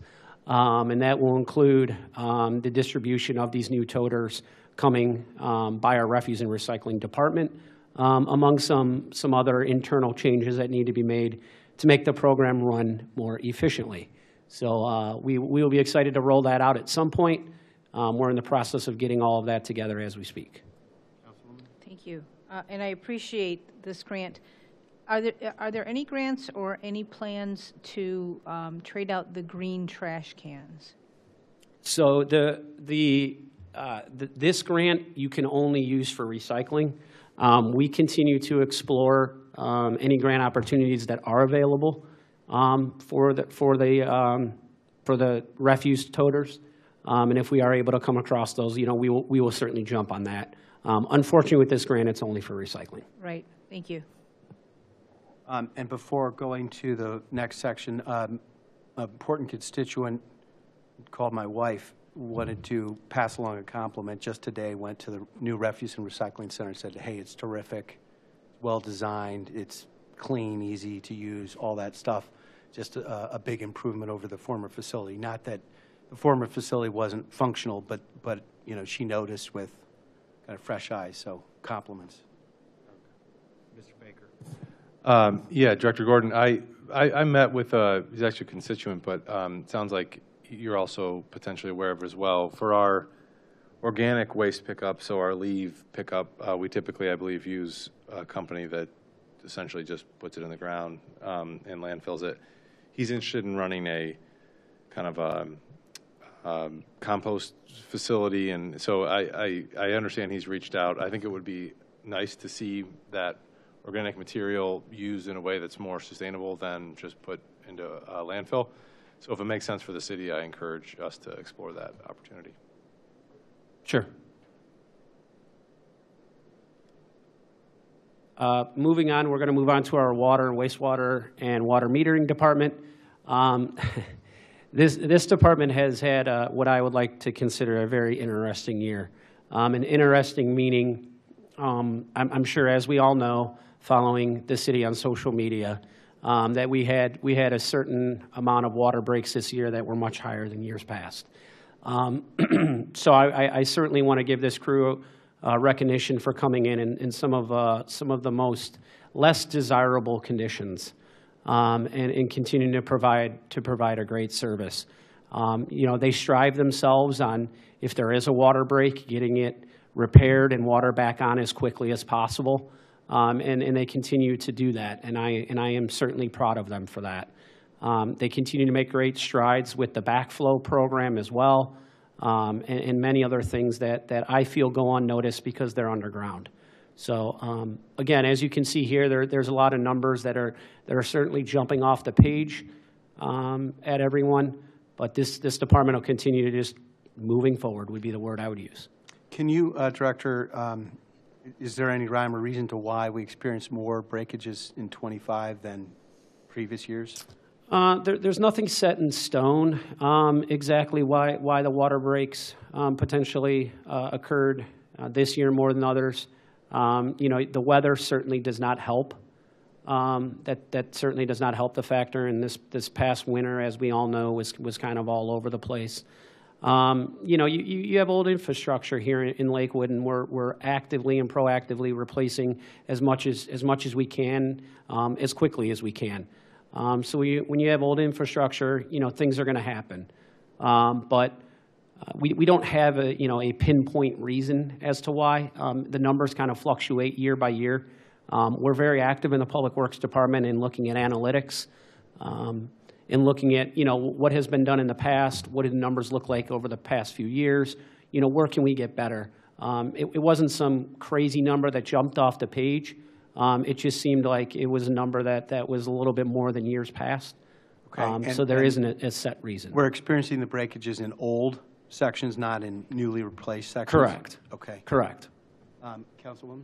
I just had a question about, and I might be getting ahead of you, if you could just make a comment or two about the U.S. EPA agreement that we made and where we are with that process. The consent decree? Yes. It'll be coming up. Thank you. And the backflow program, can you refresh our memories why we do that? Is Sure. that new or relatively new? It was relatively new. A few years ago, the EPA came to the city and basically, you know, told the city that we needed to implement this program. So we've been working at it every year. We actually have a backflow inspector in our water department. Is that state or federal? It was federal, I think. Federal, yeah. It was brought before us a couple of years ago. As part of Yeah, it's just commercial properties, right? Or properties Correct. that have water that could contaminate the public water system. It's commercial for now, but it could eventually work its way to residential. But the primary focus right now is on commercial. Okay, so that requirement is part of a package of many things included in the consent decree, or is this a separate matter? Yeah, this one is separate, but in the grand scheme of things, it all ties It together. relates, but okay, that answers my question. All right. So we have a backflow inspector that works hand in hand with the building department as well. And that program is been off and running for a few years now. As you can see, he's had 352 surveys completed, 70 backflow installations, and 8 installations completed backflow devices on city property as well. So we're continuing to work at it. I'm happy to report that the EPA is very happy with our progress, and we continue to work at it every year. It was a little eye-opening at the beginning, but we're getting there. That's great. Great work. Thank you. So as we just discussed, we're, this upcoming year, the water, wastewater, and water metering department is going to continue with the U.S. and Ohio EPA compliance with backflow testing, as well as our sampling. Going to continue to eliminate lead and galvanized service lines when possible, among many other things. So in 2025, as City Council is aware, the city implemented our pilot lead service line replacement program, which was very successful in 2025. So in 2026, we're looking to begin phase 1 of 6 of the lead service line replacement program. I'm happy to report as of today, out of the 14,000 service lines the city has, we only have 55 unknown lines right now in which we don't know what the lines are. When I was told that number today, it took me a minute to register, and I think I asked the question a few times, and the same number was brought back to me, which I think a lot of credit needs to go to a lot of employees behind the scenes that have made that possible. I mean, that's absolutely extraordinary. In multiple conversations with the EPA, there are cities that haven't even began the lead service line replacement program yet that are still trying to investigate what their service lines are. So credit to Lakewood and the department specifically for working their tails off to get us ahead of the game here. So this past year, we had the successful pilot program in 2025 with 94 lead lines removed. In 2026, we're looking to cover an estimated 12 streets, and the current plan is to replace about 550 service lines per year. And that will include both the private side where needed. Again, the estimate is at about $4.2 million. Per year? Per year, right? That's which one per year? The cost or the $4.2 million pays for 1 year? Correct. Okay. And inflates it for a year. yeah, we also projected inflations every year and things of that nature. So the project is set to be bid out in January of 2026. And here's my little note to all of you up there. We will be going again for a zero-interest WSRLA loan with 53% principal forgiveness is anticipated. So whenever we are made aware of this, yet again for this upcoming year, I will be presenting it to you. And hopefully you guys can do me a solid, as you always do, and pass it on first reading. And Kit, while we're on this, that's a state agency or is it federal? WSRLA? It's state. Okay. And that's, as always, terrific job on finding matching funds or grants. But so 515 lines per year, for how many years are we going to have to run this to? 6. So it'll be phase 1. It's basically should say phase 1 year of 6. Okay. That it could be worse, right? And who pays? Is the city picking up the full tab, or are property owners going to be asked to or required to do the private side of the property line? No. So as we've done in the years past, the city will pick up the tab on the lead service line replacement program, and then we use that WSRLA loan to fund the private side. Okay. Well, thank you for that, and I didn't recall. I'm sure the property owners are going to appreciate that. And I guess, you buy your home, I'm not sure any appraiser or inspector is investigating the service lines. You don't really know. But now you can, because our Public Works Department is so good. You can literally go to a spreadsheet, put in your address right now, and see whether the main is lead, galvanized or copper, or the service line, public side and private side. So there's 3 tabs for each home.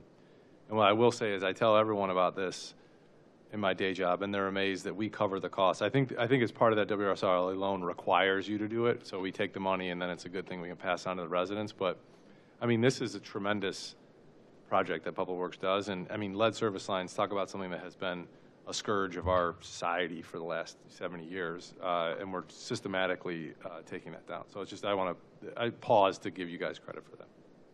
Thank you. That's great points. Thank you. All right, thank you. And finally, the one department that I feel goes unnoticed is the wastewater treatment plant. Again, this department continues to operate at high efficiency. You can see the numbers here with what has come through the plant this past year. And we continue to invest money into the wastewater treatment plant every year. And that certainly will not fade off in this upcoming year.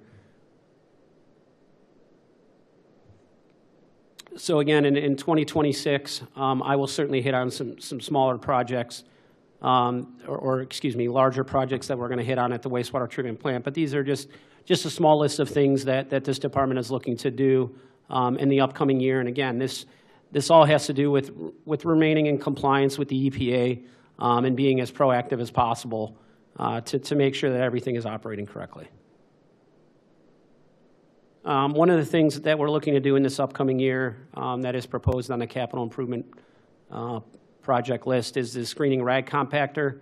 We're looking to upgrade that down at the wastewater treatment plant to be more efficient and cost-effective screening, which I'm sure everybody will be happy to know will reduce the number of dumpsters taken in a landfill, and the solids will be returned to the wastewater treatment plant to process. So again, this goes back to being efficient, looking into means and methods to become more efficient, and looking for the next best thing for the city. And maybe a question for Director Mahoney. So the financing for this in particular, these wastewater treatment plants, do they come from the special revenue funds for the wastewater treatment? It's the enterprise funds for, so service, what the residents pay helps pay for the loans that we use to reinvest in the capital. Yeah. Okay, thank you. Mr. Baker. Thank you. And this is, maybe you guys don't have the answer to this, but I know one of the hot topics in environmental law is like using those organic solids and selling it to farms, and there's potentially PFAS in them, and then kind of there were some EPA rules on PFAS regulation, and then it kind of went away. What do we do with the solids that we get from our wastewater treatment plant? Do we sell it for farmland, or do we dispose of it in other ways? Yeah, we take it to the farms. Okay. We have to pay them, though, don't we? I don't believe that we don't pay during the summertime when we're able to, when it's applied at farms. The only time that we landfill is basically during the winter season when we can't land apply it. Okay, thank you. Good. And the next project down at the wastewater treatment plant was a project we began this past year, which is the sludge storage tank number 3 project. This was a design build project with Neroni and Sons. We found that the original mixers, you guys probably don't remember, but in the photos I showed last year, they were rusting out. We had a lot of metal issues and steel issues, concrete issues, things of that nature down at the different mixers that we have down at the wastewater treatment plant. So the original mixers are inoperable, so we're designed to operate when the tank was full. So the new mixing system is being designed to efficiently mix liquids at any tank level. So again, Councilman Bullock, so you're aware, I know you had brought up before, from HVAC to this to that. Again, this just speaks to Public Works continuing to be proactive in finding ways to be as efficient as possible and to be as highly efficient as possible. Thank you. Sure. I could add as well, with the sludge storage tank 3, we'll be able to store more solids during the winter. so that we're not taking it to the landfill, and then once springtime comes, we'll take the solids that are in this sludge storage tank, and it'll go out to the farms then. So it essentially helps us control our operating costs. It'll lower those costs, Right. correct? Okay, thank you.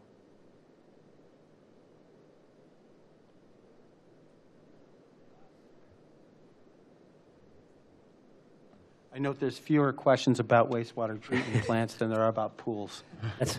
That's okay. We like to keep it that way. We're fine with that.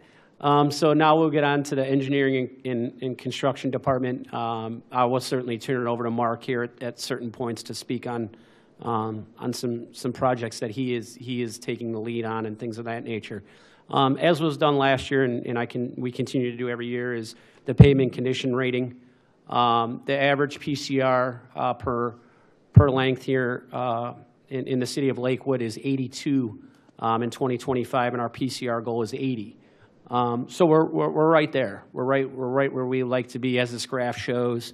You can see, a majority of the pavement condition ratings are good and very good, along with fair.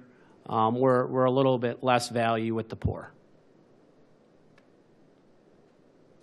And with that being said, this upcoming year the city is up for our citywide pavement condition rating, an ADA curb ramp assessment. So the assessments are performed every 4 years.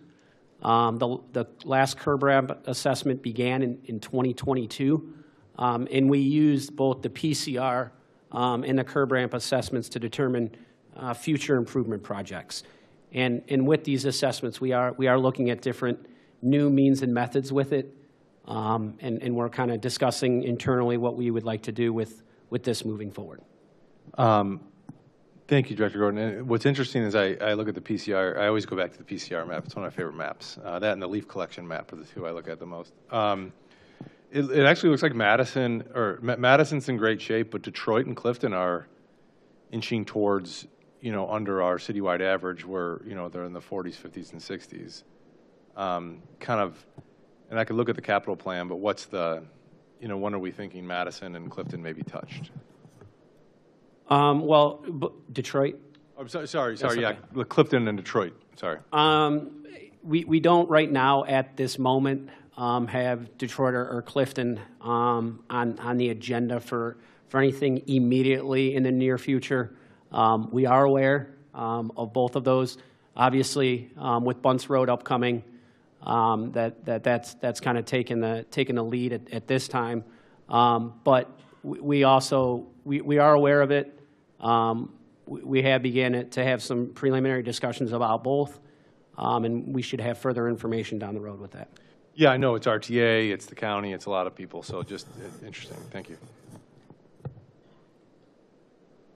With our 2026 CDBG street resurfacing program, this year, we are certainly looking to move forward with Edgewater Drive and the West 117th Street intersection, as well as for those of you that have ridden this, I think we all know it needs it, the Madison and West 117th intersection as well.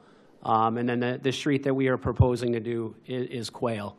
So those three streets were identified, or those three locations were identified as in the most need.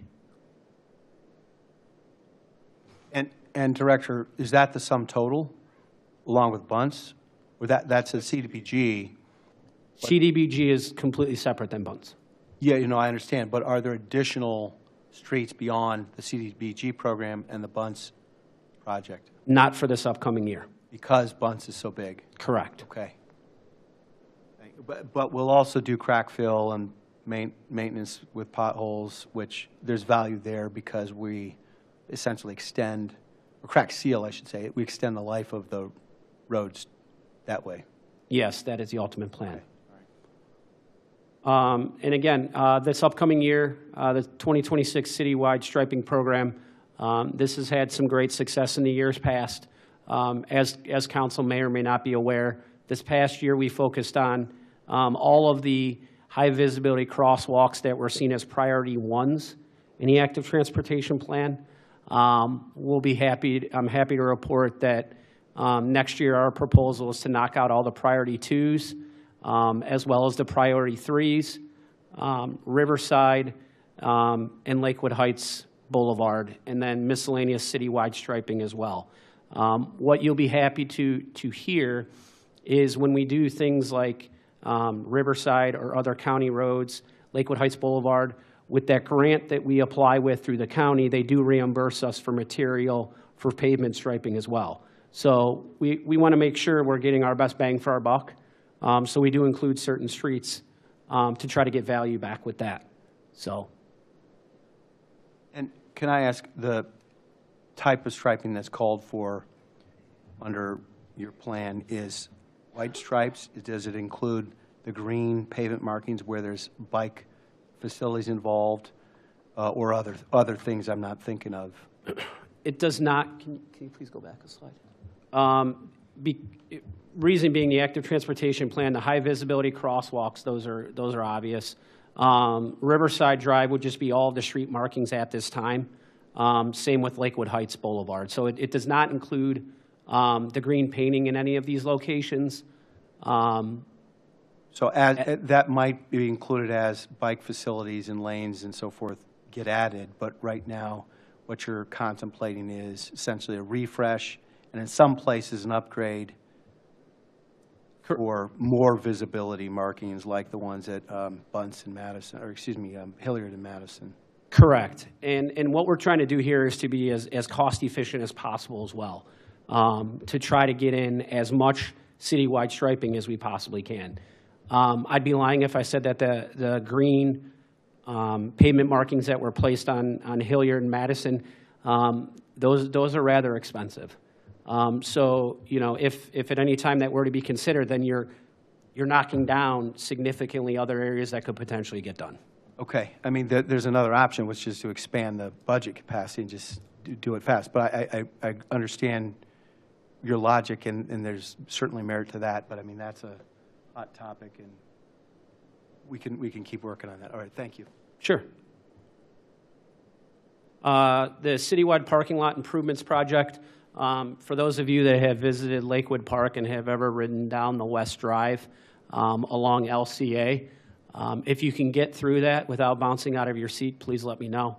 But that drive itself is in need of repair. So what the proposal we are looking to do is to do the Lakewood Park West Drive, just a deep grind and asphalt overlay right over the concrete from up at the top of the picture there, all the way down through where the Public Works parks garages are and things of that nature. It needs it, no doubt. Happy to report again, we will continue to move forward with our ADA improvement project, just as we've done in years past. We are proposing 35 total estimated locations. 27 of them were identified as high priority locations, 23 on Detroit, and 12 on Madison. What we have noticed with this program over the past few years is it's not very easy to just go in and replace a ramp, right? You have to get into the slope of the sidewalks around the ramp, and potentially the sidewalks need to get replaced as well, because you have to meet certain criteria and certain regulations with the ADA curb ramp itself. So although that number has gone down in locations, there is reasons, as you can see in the top photo, that it wasn't just the ramp itself. It turned into some potential sidewalk panels around it. Is that why, and I've been seeing this more around town, and thank you for describing that. So to my understanding, it's essentially the slope from, if you just did the curb ramp, the slope would be too high under the ADA, so you have to stretch it out over the entirety, which is why you get that little curb at the end? Correct. And then depending on... You got to get that dip to stormwater as well as ADA and all that? Is that why it has to Yeah, it has to meet a certain slope. I don't know what the slope measurement is. It's ODOT's changed it now to 1 over 13, so it's relatively flat.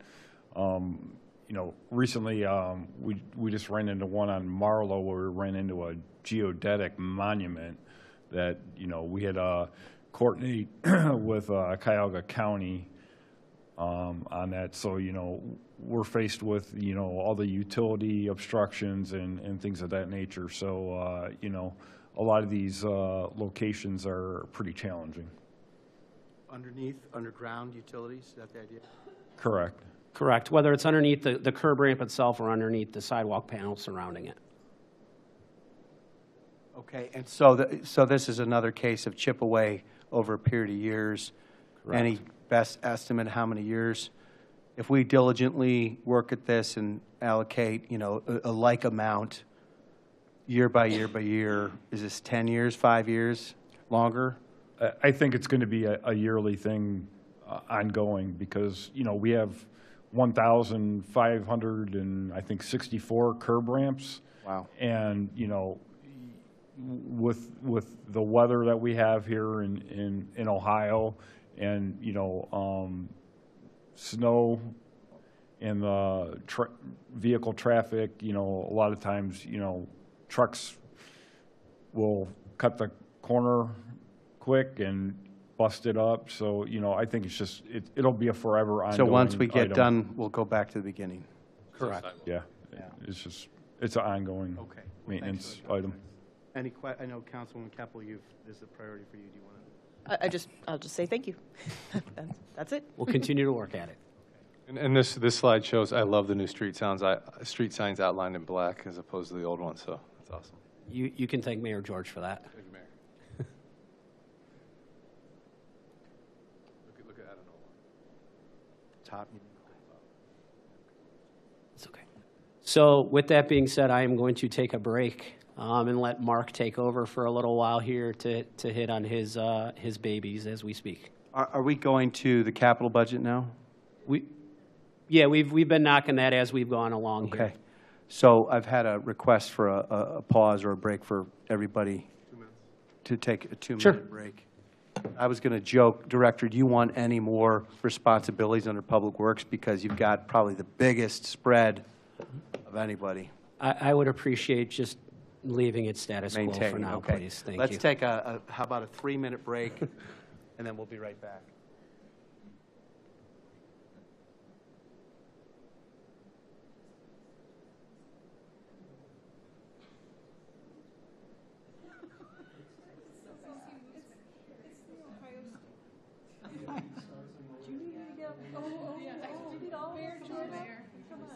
I will sit in solidarity by myself.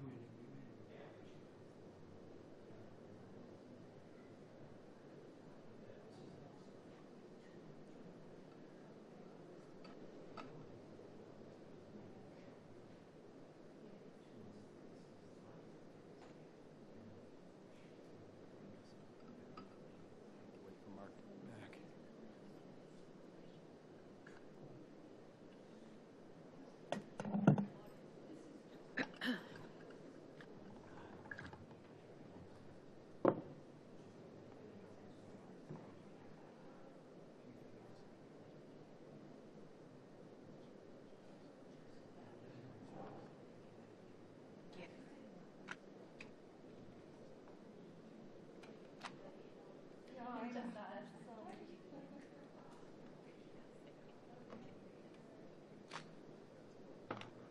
are? Say that again? How many?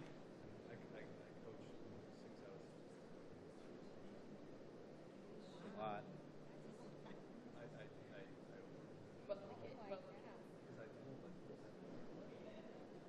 Both kids? Oh, wow.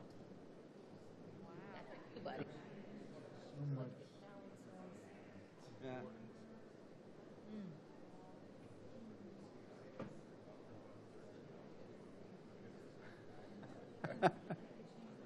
Can look up templates, AI, imitate Sark's defense or Sark's offense for inbound plays.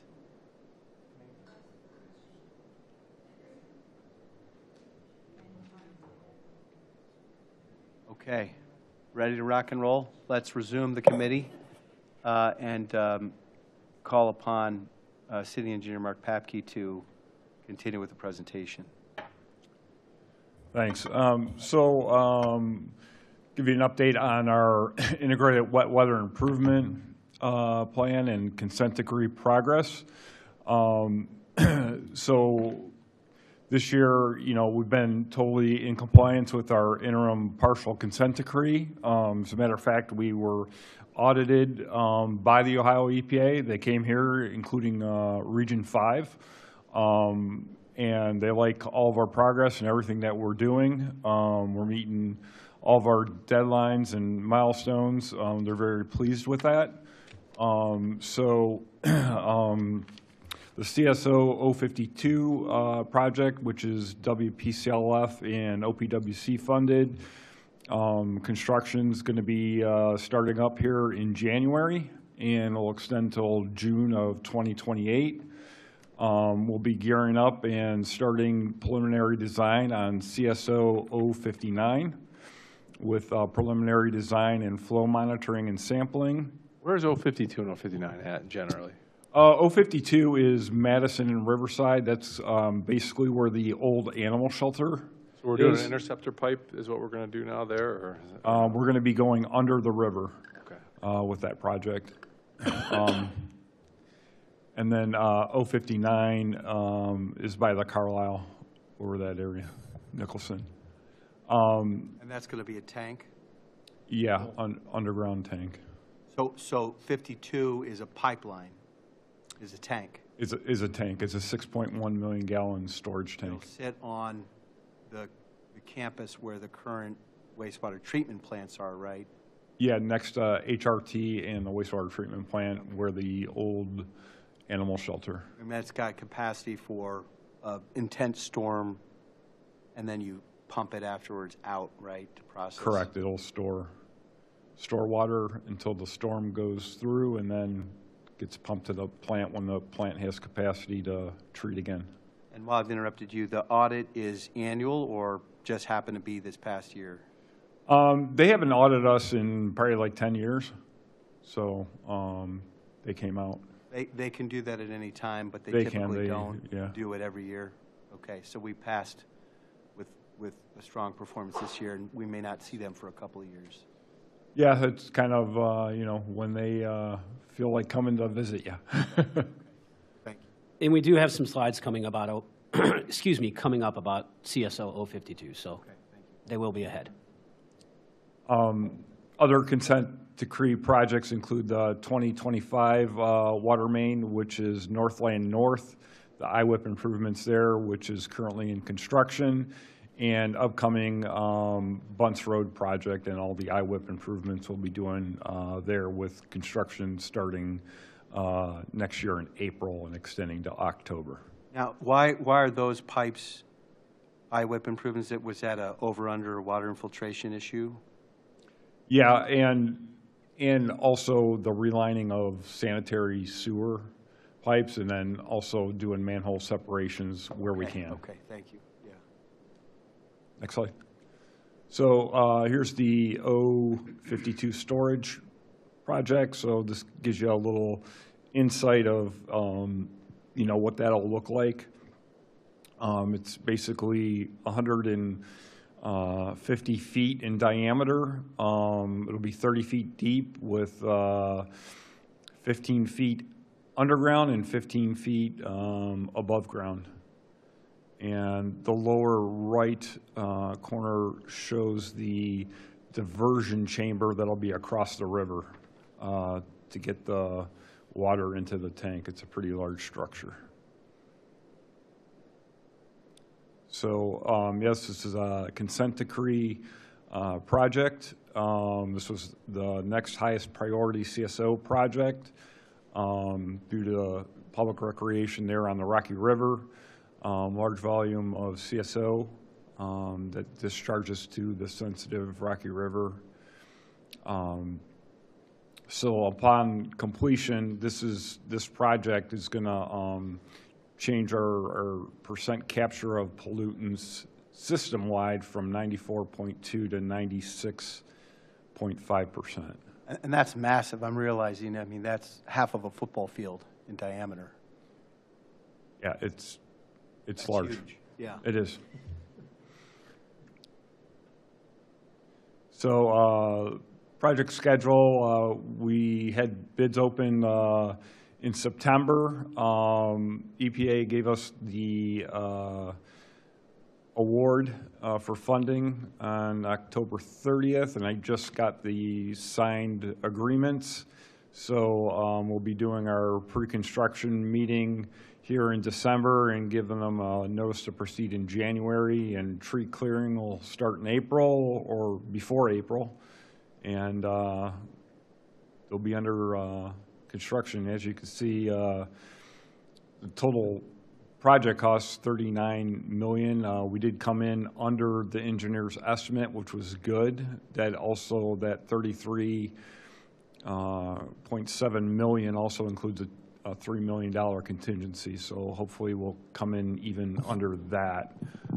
We did get 0% interest loan from OPWC and Chantel Brown earmark just shy of $1 million for the project. So we did get good funding there. Thank you. Can you go back one screen real quick? I wanted to just look at that last line. And I can remember Mayor Summers talking about how this looks like such a small move here, but could you say a couple words on why increasing from 94.2 to 96.5 is such a big deal? Yeah, I mean, as we complete these consent decree projects, we're ultimately trying to get to 100%. We'll never get probably to 100% because, we're allowed usually 4 events per typical year. So, we're reducing that number down, getting it as close as we can to 100% pollutant capture. And do you anticipate getting any higher than 96.5? As we keep on, once we do 059, that number will go from 96.5, it might go to 97.5. And then, as we do our next generation of consent decree projects and meetings with the regulators, that number will just increase. Do you anticipate hitting 100 then, or? There's some. We're probably never going to get to 100. Like I said, the 4 per typical year is what's allowed. Right now, you never know what the regulators are going to change in the future. Okay, thank you. Yeah, the idea behind it, each percent as you get closer to 100 takes way more money, right? So 1% from 90 to 91 is less expensive than 1% from 96.5 to 97.5, generally speaking. And at the end of the day, with the wet weather storms we're having today, like you can't get to 100%, like Papke said. It's just so hard. But what's nice is that after these 2, now these 2 are the 2 that are left on the consent decree, right? On the current interim partial consent decree, and then there'll be another generation that'll come, after we complete the interim partial consent decree projects. Yeah, for non-lawyers and folks that aren't engineers, what that means is our planning, this administration, previous administration did a great job, and the IWIP kind of outlining like affordability, cost on each house, what projects we can complete to get where. And so this interim consent decree that the administration entered into got us to a point. Now, each year or each 2 years, you have to pull another permit to like run a wastewater treatment plant, to have a storm sewer system. And so when we get to that point where we complete these last 2 projects, we're going to reevaluate. The regulators are going to come back in and say, we think you should do this. But the whole idea is that we have a plan in place before they tell us what to do so that we can say, we have a very well thought out plan. Our IWIP did this, we did this, we did that, we did this.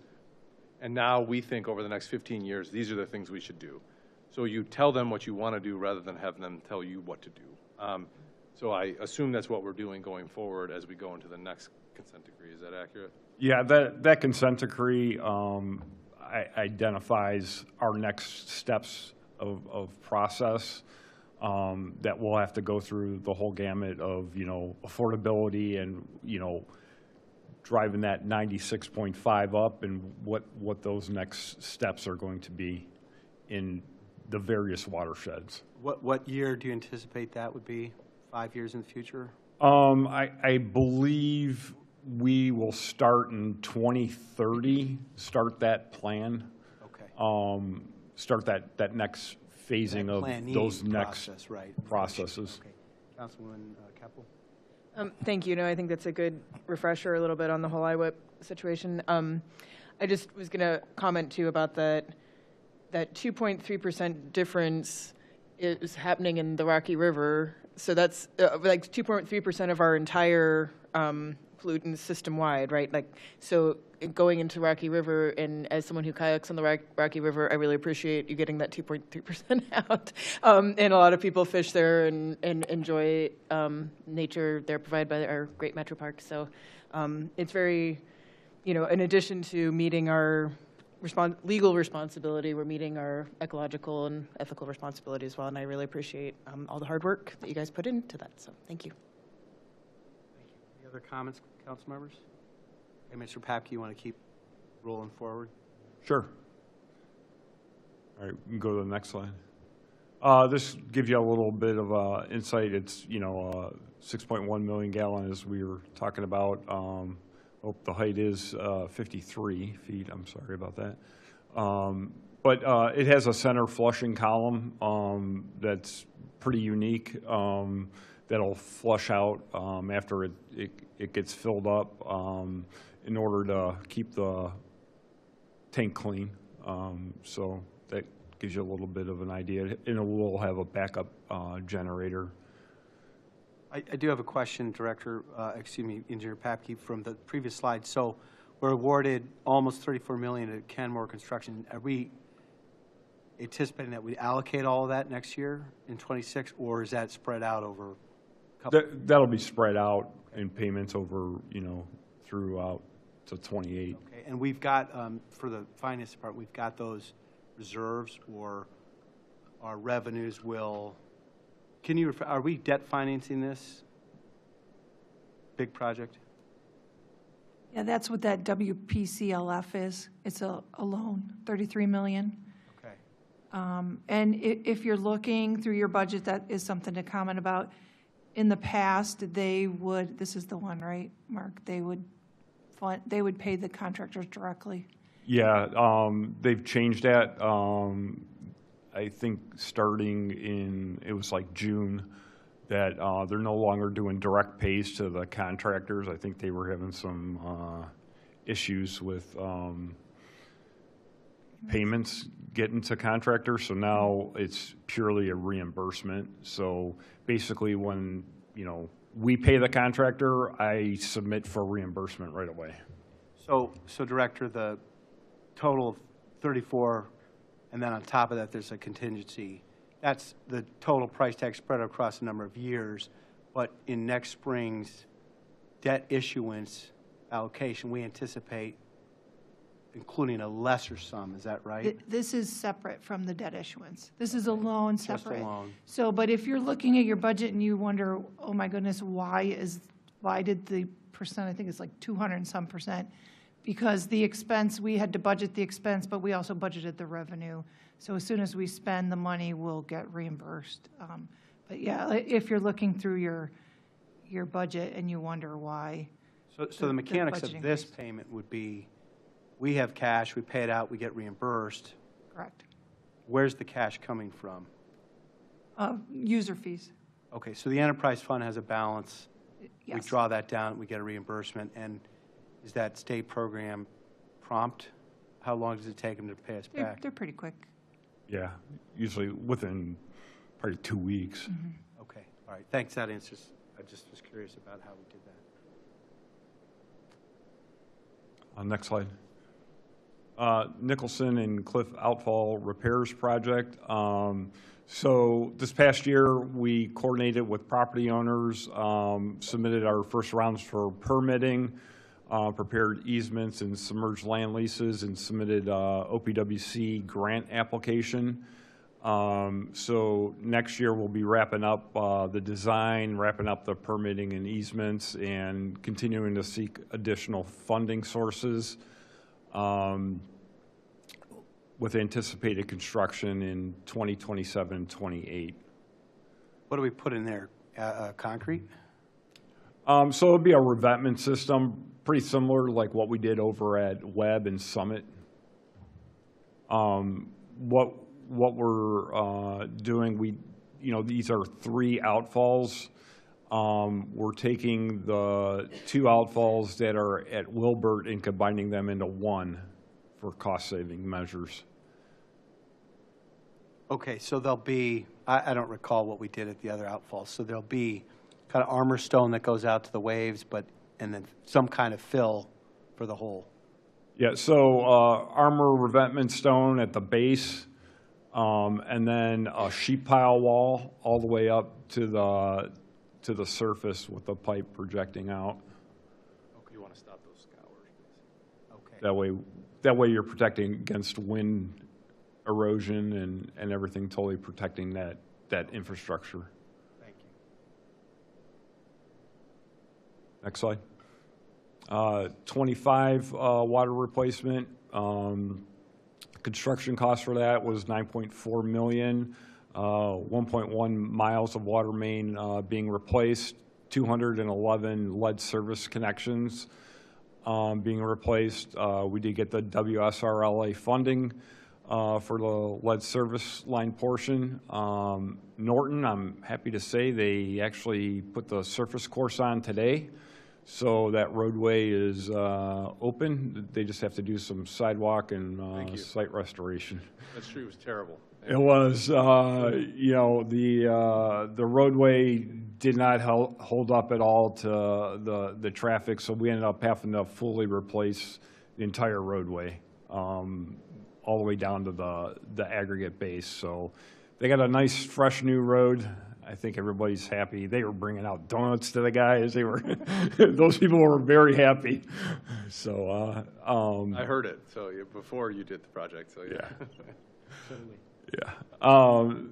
Northline North is ongoing. That one includes the IWIP improvements, and Northland South. On all 3 of these streets, we've had to replace all the sewer laterals. They were in such disrepair. And just due to their age. So, these projects are very intrusive to the neighborhoods, but folks, with our public engagement and outreach and everything that we've been setting up with these projects and the websites and updates, I think we've calmed the waters down with that, and people, know what to expect with these projects, but we're moving along. Well, that's important what you just said, because communication, I mean, it helps. So thanks for doing that. And do you think those laterals were touched between when they were first installed and now, or those are originals that we're repairing? Those are the originals from early 1900s. Wow. 1906, 1911. Wow. And that's an IWIP project. In the spirit of Councilman Strebig's question, what is that, 1/10% improvement or a 1/4% improvement when you repair all the infiltration and the manhole covers, or not cover, but the manhole separation? Well, I mean, with the manhole separations, you know, you're probably getting about 30% I&I reduction, and then when we have to fully do the rest of the IWIP on private property, you might see another 30%. We were getting, you know, from the pilot, when we did Atkins, we got about 60%. On that street, but not the system-wide, right? Yeah, just on that street. So system-wide, are those projects, those must be contributing something, right, to the... Yeah, you know, it's a small percentage. You know, you're looking at, you know, the entire city, 14,000 properties, and you have, you know, couple on Northland North, you know, you got maybe 100 properties. Okay. So we'll be working on this for a while. Yeah, I went to the public meeting for the Northland, and you guys did a great job. Your whole department, it was excellent. The one thing and I've suggested this to Director Gordon in the past, and I wonder if there's a way we could work with law to figure out when utilities do work on streets, because the public, they don't necessarily, they see someone ripping up the road, they think it's the city. It could be, it's likely Dominion or Enbridge, and they're ripping up sidewalks. So I'm wondering if there's a way with those permits, because we do review those and approve them. Now, we don't have, the law gives them certain rights within the public right-of-way to do the work they have to do. But it would be nice if we could try to come up with some sort of permit language that required them to at least put a website up or have some sort of engagement beyond that mailer that people tend to throw away. And I always remind them that they got the mailer, and they remind me that they threw it away. And so, you know, I think the closer we can try to get these utilities to get to our process, understand they won't get all the way, would be helpful. And I know that's off the topic of water main replacement, but it was just something top of mind. Thank you.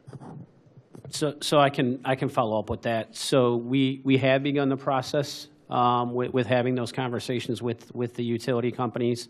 Perfect example is the upcoming work, the Enbridge work coming up on Bunce. Instead of a generic resident notification letter, they have agreed to become more project specific. So baby steps would be my word. I'm happy with that step. And they've already began having discussions with me about potentially social media, as well as taking the next steps with websites and stuff like that. So we'll take the small wins for now, and we'll continue to grind away at it. Yeah, thank you. And I work with those companies also a lot, and usually the answer is always no. And then you say, okay, well, then we're going to spend a little more time on this permit. And they say, okay, what do you want? So just, yeah, thank you. We found that the electronic message boards help out too, so those seem to catch people's eyes. You mean like on a trailer or something, or a little stand? Yeah. Okay. Next one. Lake Clifton Connector. So this project's going to be starting here in March, led by Cuyahoga County. Public Works Department in partnership with Rocky River and the city of Lakewood.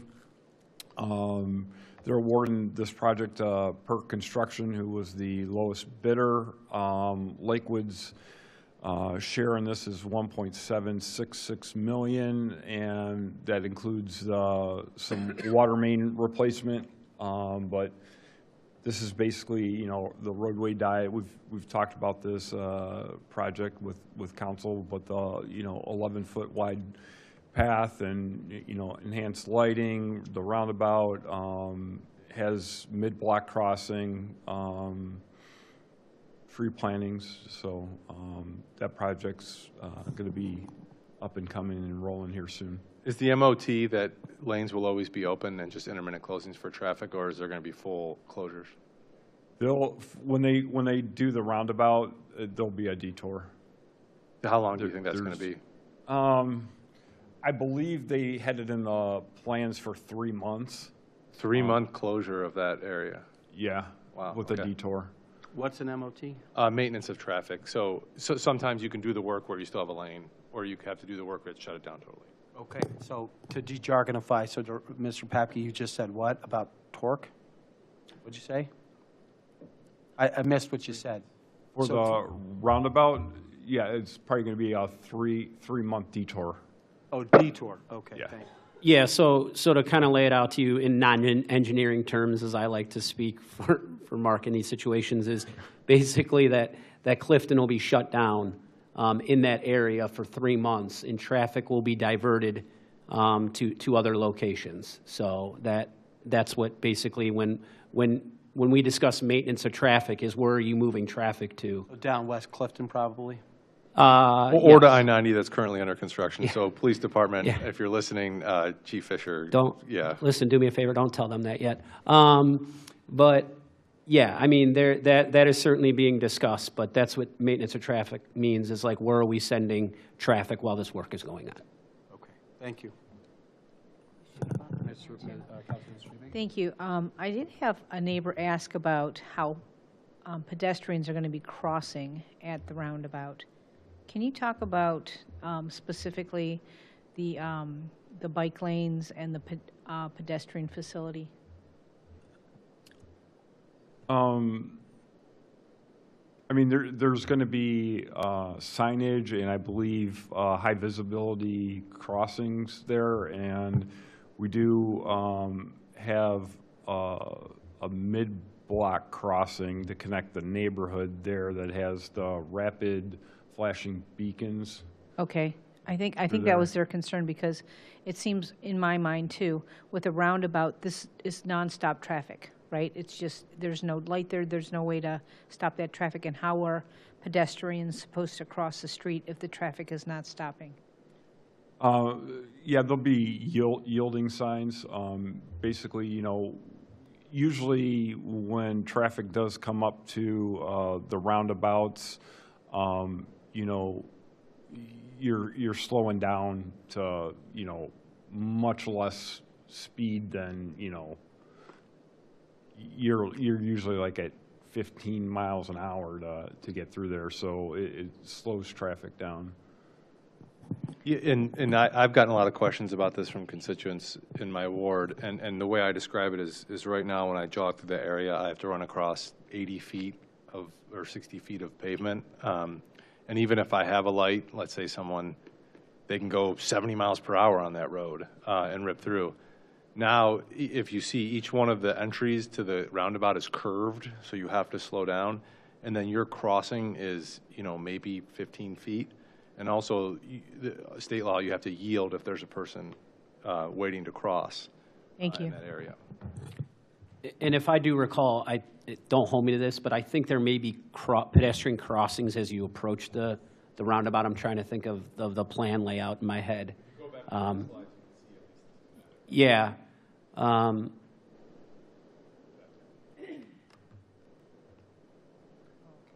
But also, as you can see, there's not going to be any direct pedestrian crossing leading to the roundabout. It's certainly not going to be something that will be encouraged. Thank you.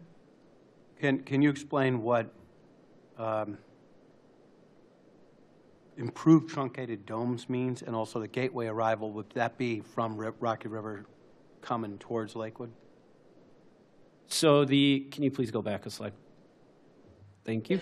So the improved gateway signage would be something similar to on your right-hand side of this photo, the Lakewood, Ohio, the entire layout there. And the improved truncated domes goes back to the ADA curb ramps and the steel plates that are used for ADA curb ramps. Those are considered truncated domes. Okay, so ADA improvements, and then the gateway signage is around the roundabout, not at the bridge. Correct. And we don't know the bridge project is separate? So this has to do with the Clifton Bridge. The Hilliard Bridge is a completely separate project. Yeah, the Clifton Bridge, though, is that included here that goes to Rocky River?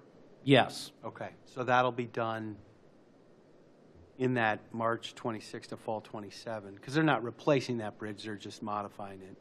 Correct. Okay. They're going to be shifting traffic. Mark, you can correct me if I'm wrong at any point here. They're going to be shifting traffic and creating basically like a multi-purpose lane going across the bridge into Rocky An River. vantage point to look out over the river, That is correct. which has less wastewater overflow in it. So, See, it all connects. well, so that's pretty exciting. I mean, that's actually pretty imminent to have all that improvement. So that's, I know that's been in planning phase for a while, but it's pretty exciting that this is close. It's going to be cultural for people in Lakewood, which is why I'll work with the administration, and I'm sure you guys are already thinking about it. Roundabouts are tremendous, but we don't have a ton of them in Northeast Ohio, so we're going to have to do a lot of public education for folks so they understand how to use them, how to yield, where you go. So I'd be happy to work with you guys on that. Yep, keeping in mind that when people install smoke detector, they don't bother to read the instructions. They say, why isn't this working? So it's a good point. All right, please proceed, thanks. Bunce Road, we're bidding this in next week. And phase one is Lakewood Heights to Franklin. Utility work is underway. Cleveland Water has been out there working and will probably be wrapping up in April. And Enbridge is out there now and should be wrapping up in April as well. Next slide. There's a lot of bullet points. It just gives you a little flavor of everything that's going on, from the amount of permeable pavers, all the infrastructure that's being done, lead service lines being replaced, all the new decorative street lighting, street trees, very large undertaking. Pretty excited about this project and its impact that we'll have in the future here. A question on that before you leave that. Here's the red colors. On the last box there, the 2 pedestrian mid-block crossings. Can you tell me where those are again? Is one at Giant Eagle? Yeah, one is at Giant Eagle. We actually work with them to line it up with their pedestrian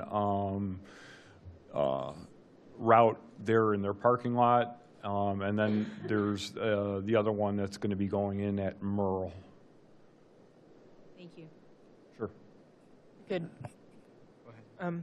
So thank you. This is a helpful slide, I think. When you say 17 new fire hydrants, does that mean additional to the ones that are the number that are currently on the street, or 17 fire hydrants are being replaced and will be new?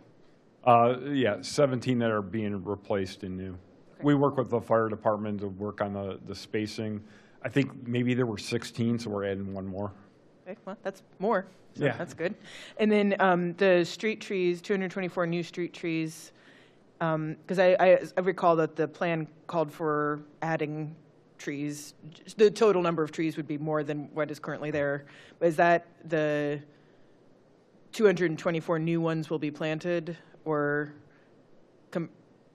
compared to, or like there'll be more than? Yeah, we have a net gain. Okay, yeah, right. Yes. Okay, but we're not gaining 224. It's that we'll be planting 224, and overall there will be a net gain. Is that? Yes. Okay. I just want to make sure I am accurate when I speak about these things. Yes. But thank you. I think this is a really helpful slide. Do you know what that net gain is? Off the top of my head, I think we're over 30. Thank you.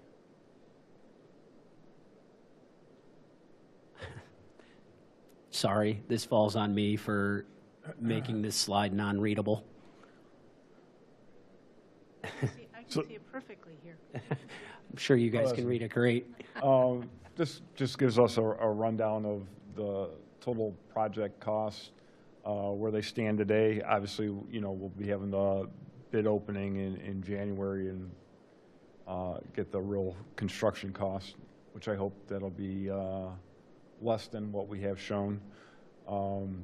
But our construction schedule, phase one, again, Lakewood Heights to Franklin first.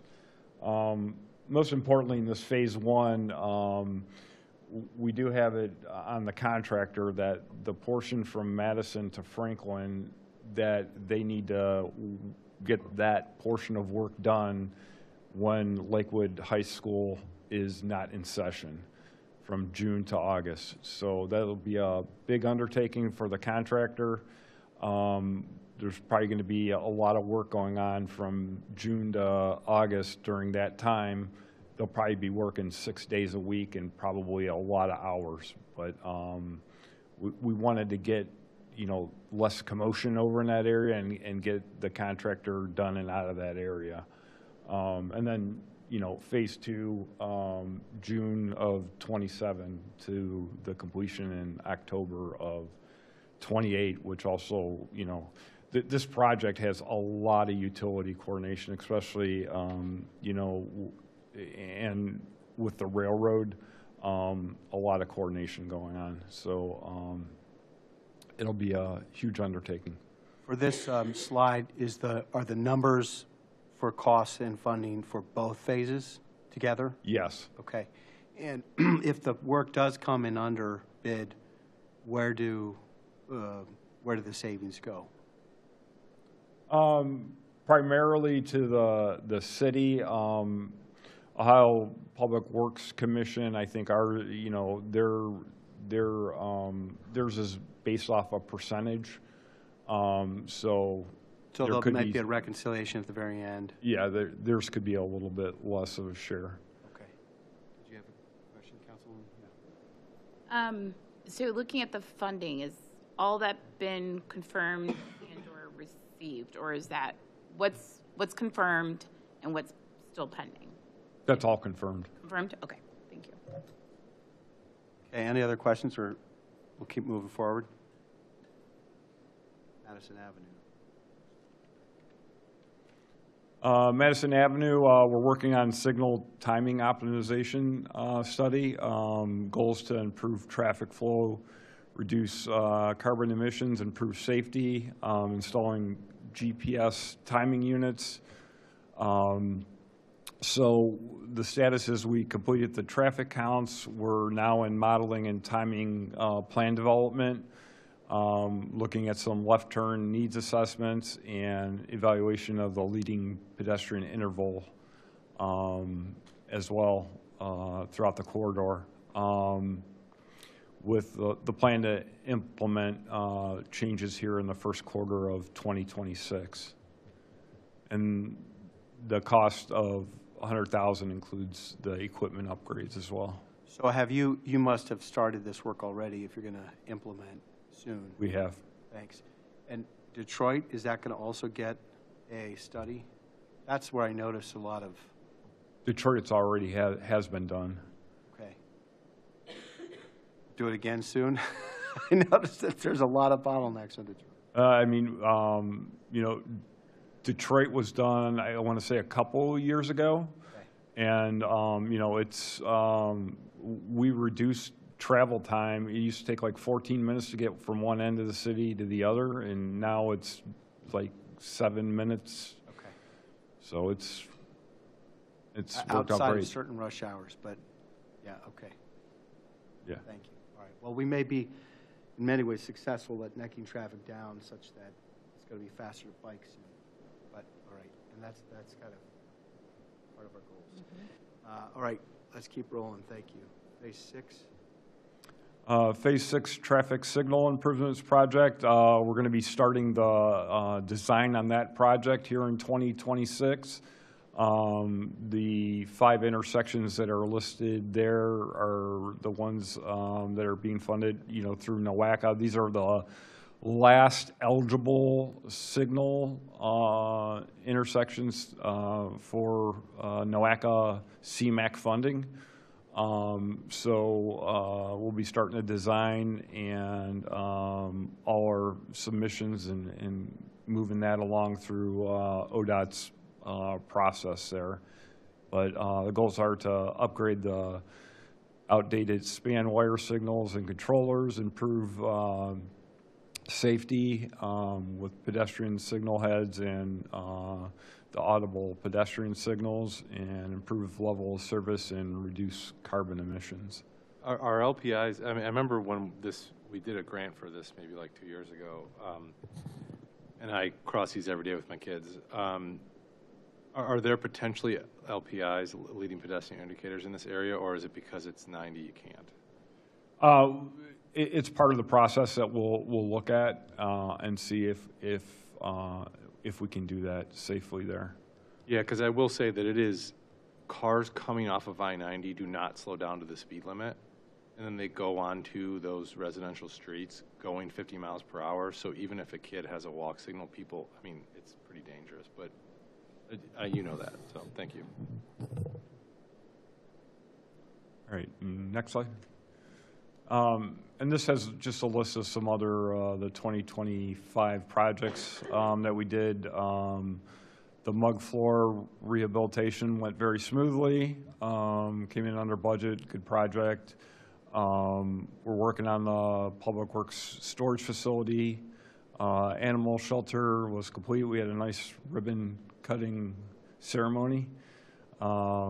Interceptor rehabilitation project, all the linings complete. That's the deep down. Yeah. And what's the Public Works storage facility? The pole barn? Okay. Yeah. And what's MUG mean? That's the Municipal Utilities Garage. Okay. It's by the wastewater treatment plant. We completed the Madison Park Connector Trail, which is highly used. Great project there. Complete the resurfacing of Summit and Edgewater with the bike pedestrian path.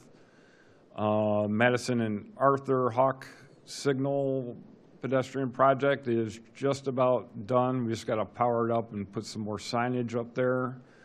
25, we did 6 private development plan reviews and inspections for pretty large development projects going on. And there's a list there of the 2026 stuff that's up and coming. I do have a question about the Hawk pedestrian signal. Will there be any kind of public education about that? It seems people are still unable to read the sign and comprehend when you're supposed to go and when you're not. Any plans to further educate folks on that? Yeah, we did send something out on social media just recently, but we can perhaps add something in our newsletter as well. And I know we had that giant Lakewood Life article on all of these things. And I know Kevin's been working on getting more things updated. So we can do additional, but we have done some stuff. Thank you. I think it's just one of those things where you're just going to have to keep going almost on a regular basis. We've talked about that we're going to have to do it multiple times Thank so you. people understand them. Yep. Yeah, let me add my thanks. For the private development, I've been asked, because of the power outages this past year, people are wondering whether all the new apartment developments add enough electric power capacity to handle all that new power consumption. I presume the answer is yes, but I confess I didn't ever ask this question before. So part of 6 private development plan review and inspections, does that account for that, or is that something the developer does with the utility without us? Yeah, First Energy does have the capacity. The issues we're seeing with First Energy aren't necessarily capacity, they're equipment failure. Okay, thank you. Okay. So with that, that is our presentation here with Public Works and Engineering. So I am here to answer any questions you may have. Can you explain coastal engineering services for 2026? Or Councilwoman Keppel, why don't you please propose the question? Could you explain the coastal engineering services Sure. for 2020? So much better. So, coastal engineering services, basically, we get a lot of private properties that are doing coastal projects, and we have to review those projects as they come in, submerged land leases that are submitted to council. So those are those services. We have experts in that field that we contract with to review those.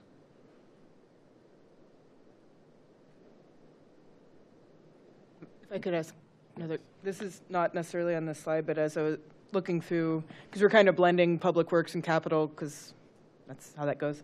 So I'm not sure who to ask this question to, but I was looking through the capital improvement plan, and for 2027 under, on page 162, it lists 1.5 million for 2027 for Lakewood Park Pier. So that's part of the coastal. I was also wondering if that was part of that. And then when I'm looking at the notes, it had a contract with Smith Group for $185,000 for planning. And I remember that coming through, but then it said we did not receive the CMAG grant. And that was a, if I recall correctly, that was one where we had a match because we had to pass that to do some sort of match if we'd gotten that grant. So I just wonder if someone could speak to where that is in the process, that contract, and what's happening with that. Mark can probably provide more specifics on the contract, but essentially that project is on hold as we want to get through Madison Park updates first. Perfect. Thank you.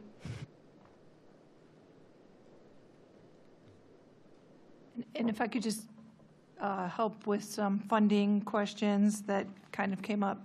So just a couple comments. On page 31, when council gets a chance to look, when I talk about $3 million in property tax, not all of that goes to general fund.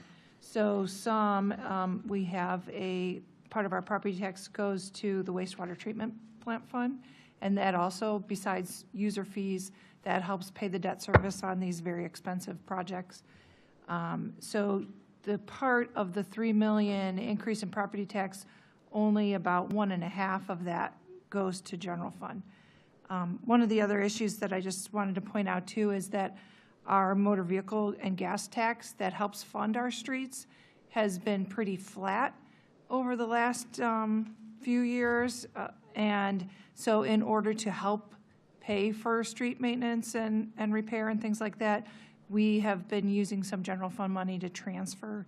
So just as a, a little estimate, we estimate about 2.8 million in gas tax, motor vehicle tax, and we're spending about 3.4 million. So general fund has to help fund those expenses. And then just one comment I wanted to make is that metering, the water metering and utility billing is part of the finance system. So I know if any of your residents complain about how unhappy they are with the water billing, that will be part of the finance system. So I'm pretty excited to get that started. Thank you, Director. Can you explain that a little bit more? And also, the gas tax collections, those are state. When you say our collections, those are state collections, right? It's collected by users here in the city. But yeah, the state collects it and pays it to us. We'll get a percentage, but all of that's set by state policymakers, right? Right. Mm-hmm. And you're just informing us that there's a leveling off currently of those income receipts. So essentially, we're falling behind on inflation, That's especially correct. for construction of materials. And so then you were saying what? So we're, therefore, in recent years, Having to fund that with general fund money. okay. Having So to the help that general one. fund is underwriting a portion of the capital, or?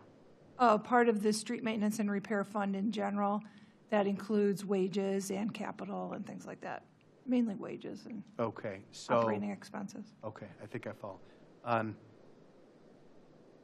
I forgot what I just asked. Utility billing. Yeah, so just explain that point again. So you're saying, It'll be a new billing and receipting system, totally new on the website. so it's, okay, it's going to be more Much- user-friendly kind of thing? Yes, Okay, much wonderful. more user-friendly. Okay. Not that there's any difference in the amounts billed or the accuracy, just a better portal for, Right, for well, residents. that's very helpful. And they'll be Thank able to see their usage and things like that you. better. Okay. So we've reached the conclusion of Public Works and Capital. We should press on to Director Dillinger's presentation, correct? Any other questions, council members? Or can I have one more question. Go ahead, Councilwoman. Thank you. Could you say just one more bit about when you just said you can see their usage? I've always wondered, when I look at my rental properties, when I look at month to month, and if I saw a big spike and I were to call the water department and they said, oh yeah, you've got a leak. And I was like, it would have been nice to know that prior to getting this bill. Will we be able to look at that on a daily basis? There is an ability to look at it on a daily basis. We're going to evaluate the cost versus benefit. It's pretty expensive to allow residents to do that. I'm hoping I can work with the metering department to maybe come up with different solutions. But it is capable in the new system we'll be getting. Or even a system where they would call me ahead of time and say, hey, we think you've got a leak over here, as opposed to getting that bill. They do that now. Oh, okay, hopefully great. with the new, better billing system, they'll be quicker. Yeah. Thank you very much.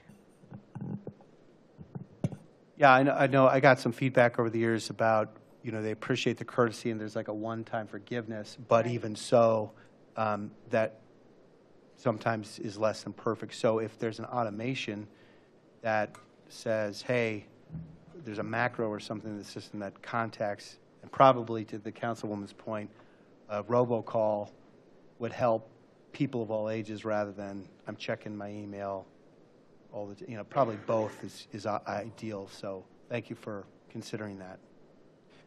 Okay, if we keep pressing on. So Director Dillinger, we've got your presentation. Councilwoman Keppel, did you have something?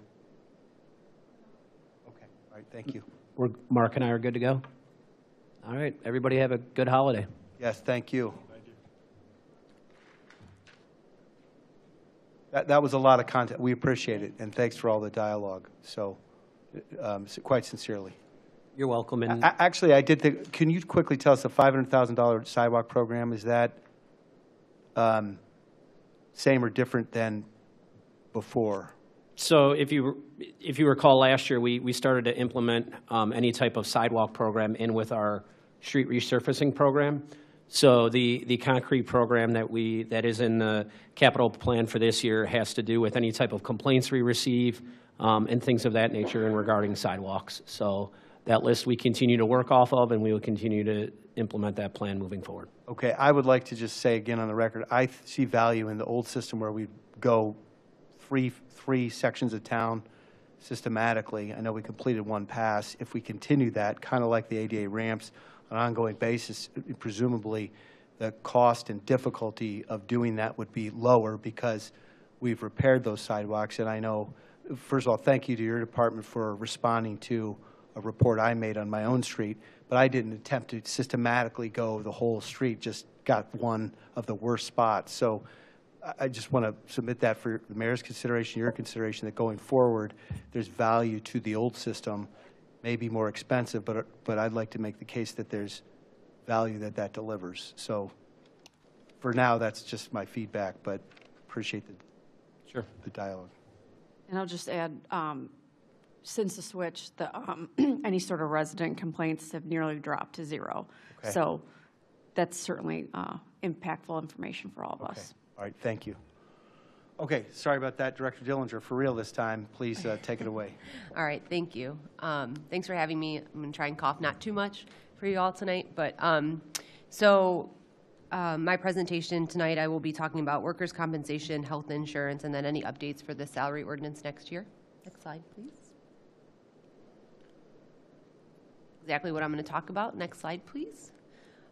So a few things that we were working on this year, a big component of it was incorporating ADP into our human resources processes. So we started using that for recruitment, so posting jobs, accepting applications. It was a much better system for having open dialogue with managers who would be a part of the hiring process. So we started using that to schedule interviews, in hiring, and then it's nice because it just carries that information over into the onboarding process. It's not like, okay, now come see us on day one and fill out all these forms again. It's just, it brings over their information. So it's just been a great process, especially from going from 3 full-time to 2. It's definitely alleviated some of the ongoing stresses in our office. It's made our processes more efficient. So that's been great.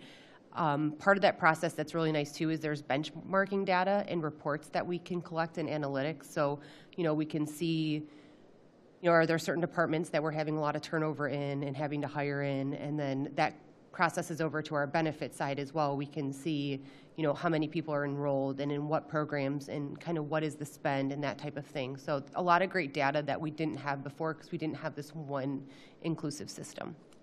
And then just on like another note, so we handle FMLA in our office. We had about 33 new FMLA claims. So that can be anywhere from someone pregnant, caring for a dependent, their own serious illness, or something that maybe isn't a consecutive leave, but more of an ongoing chronic condition such as migraine, something along those lines. So we're managing those. And then at the time I had put my report together, we onboarded about 57 new employees, and that includes even our H2O. So think not just full-time, but any of our seasonal employees we'd have throughout the year as well. So that was some of the things that we did this year. Thank you. So moving forward, we still have a room, I think building and planning like us to call it the garden level, not necessarily the basement, but we have a room full of old documents down there. We have to retain negotiation documents, things like that forever. So there's some things down there that I think we need to go through and make sure is that still the current records retention schedule we should have for them. So we'd like to audit those and perform a dependent audit. We've not done that in the 5 years I've been here. I don't know that one's been done recently. This helps us make sure that the correct people are on our health plans. So oftentimes we'll have employees who get divorced. We did have this happen. Someone gets divorced, they don't tell us within 30 days. All of a sudden that ex-spouse is still staying on our plan, which they shouldn't be. Most of the time they know they're not supposed to be on our plan, so there aren't claims, but it's always good to be sure that we're covering the people that are supposed to be covered. So dependent audit, we would work with our broker to perform that. I actually just went through this with my husband, who works for the state. We get a letter in the mail. We have to go onto a database. We have to certify that those are our legal dependents. And then if there's no documents uploaded, such as birth certificates, social security cards, we have to upload those documents. So that's something we hope to perform this year. And then something that we've been working with along with the law department is to prepare and implement an accident review policy in committee. So right now when, let's say we have a refuse driver who accidentally hits a car, right? It happens more frequently than it probably should, but we have tight streets with a lot of on-site parking, and it happens. So we want to set up a policy to say, how do we really break down how this accident occurred, what happened? They always go for a drug test, so that's one step of the process. But beyond that, we don't really analyze, were they at fault? Was there something that we could have done from a safety perspective, from a driver training perspective, that could have prohibited or, from that accident from happening? And it's not just that. Every department operates different vehicles, different sizes, so kind of looking at all of the vehicles that are driven, all the accidents that are occurring, and really having a committee that can facilitate and analyze why those are occurring and help to prevent them moving forward. So this is our budget for next year. It's just the 2 of us, so we're pretty routine with just the 4% increase next year. Nothing out of the norm. Next slide, please. So this is our workers' compensation fund. So we are self-funded here, which means we're paying all of our claims. Every year we work with, it used to be KKSG, who was here locally. Minutemen HR purchased them. So now Minutemen is our third-party administrator for claims. So similar to Medical Mutual for insurance, they help us administer our claims. They provide the nurses that are looking at diagnoses and making sure that they're relevant to the incident that would have occurred. And then, and we always analyze, does it make sense to stay self-funded versus to go fully funded? And it does. Typically, if we were fully funded, we would probably be in the $750,000 to $800,000 range. So we are making the right choices by being self-funded. The downside of being self-funded is you lose out on some of the grants that are supplied through the Bureau of Workers' Compensation. There's safety grants out there, like no smoking cessation programs and things like that. However, what those grants would provide us still would not be more of a savings as to remain self-funded. Director, can you explain how it works? That's a 2026 projection. Correct. So the point is that we would, that the proposal to reserve 596, well, actually, is it 450,000? And then if claims come in under or Right. over, Right. but typically it's not over, Right. then we have a balance that Yes. we And- carry forward, right? Correct. And part of it is our stop-loss insurance that we carry as well. So we used to have stop-loss insurance for claims over 600,000. We switched that to 750,000 with this last contract, which is from 25 to 27. The one thing you will see, so 10%, part of that is just inflation of healthcare, right? So medical expenses go up quite a bit annually. We do have one large claimant right now that is hitting us harder, which we have not had before. It's a back injury. It's a severe one, and it takes a lot of, it's taking a lot to get that individual back to where they need to be. So we do have one high claimant, which is also kind of affecting us a little bit in this. Okay, so the reserve balance is kind of a guaranteed minimum reserve, and the other expenses there are best projection, and there could be a correction one way or the other, or Correct. savings to our system. Yes, because our stop loss is also on an estimated payroll, and then we'll do a true up is what they call it. So then we'll send them our actual payroll, and then we always either fall either with a credit or we owe them something as well. Next slide. So this is a little summary about our health insurance. I'm just kind of showing what we spent in years past. So the fact that we're falling at about a 98% utilization is great. That means what we are budgeting for, we are falling just short of. I think a lot of this has to do, we've been pushing smart utilization of our plans. So we've been encouraging employees to move over to the high deductible health plan, have a little more skin in the game so that they're being smart consumers, which helps us keep our claims costs down. We're self-funded for medical insurance as well. So, we use Medical Mutual for administration of claims, processing, all the paperwork. We use their network of doctors, but we're paying the bills. So by encouraging employees to go to that high deductible health plan, they're thinking about where do they go for care. Maybe we're not running out the door to go to the ER urgent care. We're going to the Minute Clinic or trying to get with our PCP a virtual visit and keep costs down. So this just shows our history, 2025, where we're expected to land, where we were as of year to date, and then what we're budgeting for next year. If you go to the next slide, please. That shows we're looking at about a 7% increase. To be honest, this is a really great percentage. Across the state, across the nation, you can see anywhere from 10 to 30% on annual increases when it comes to medical expenses. So falling at 7% means we're doing the right things. We're trying to introduce the right programs. We're encouraging employees to go to the right places for care. Part of it is our demographic. We're lucky to be in Northeast Ohio with 3 great healthcare systems, so that assists us as well. And then we always keep an eye on high claimants for medical as well. Our stop-loss insurance is $125,000 on the medical side. So a single claim that goes above $125,000, our stop-loss picks up.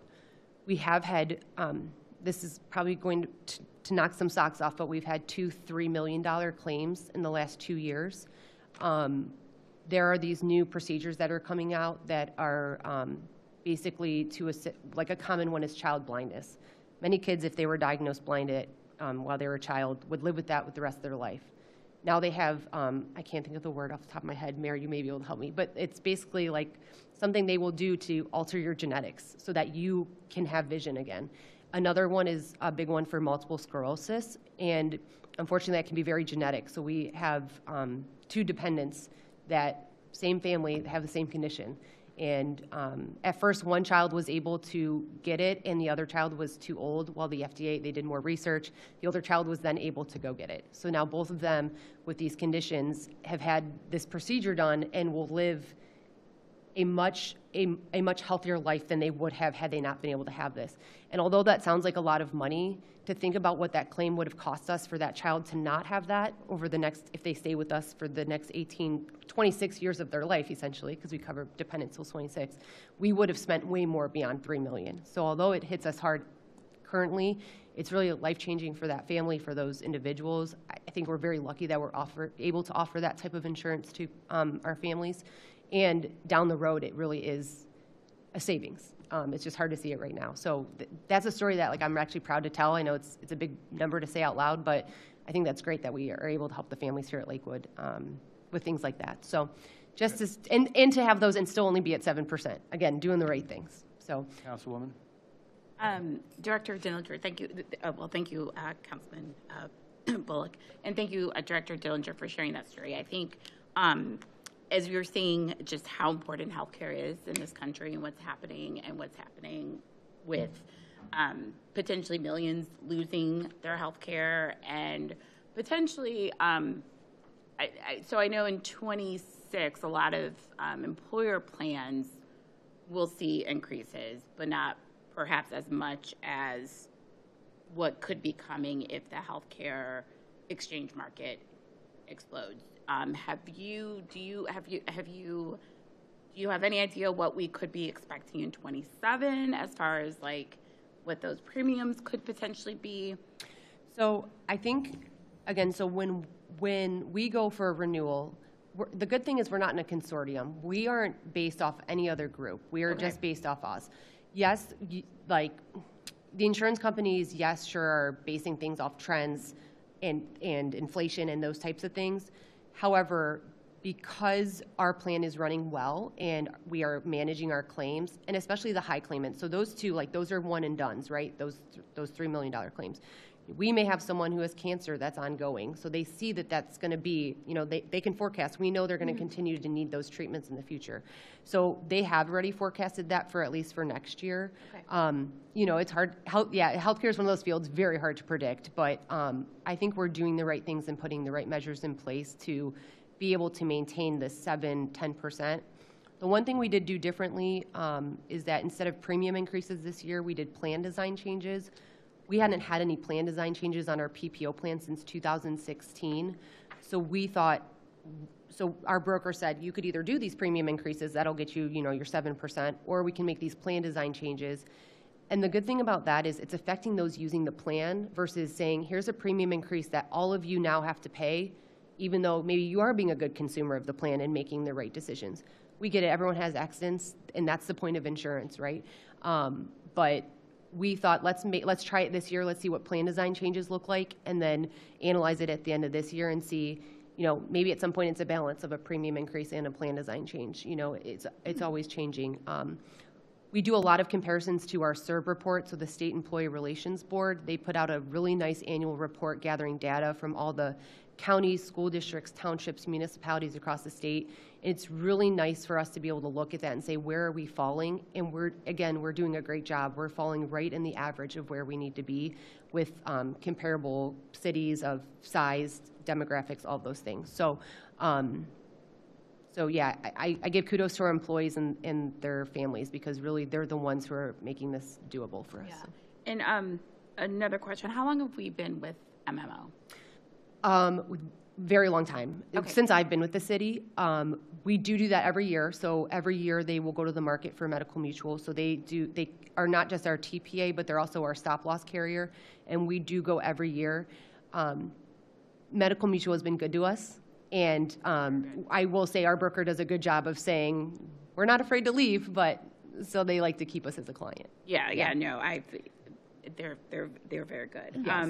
And then the other thing is, do we provide an incentive for employees to perhaps go to the high deductible plan? Do we also kick in and provide them money towards that deductible? Yes. Okay. So currently we fund half the deductible. So if you're on the single plan, our deductible next year, I don't have the numbers in front of me.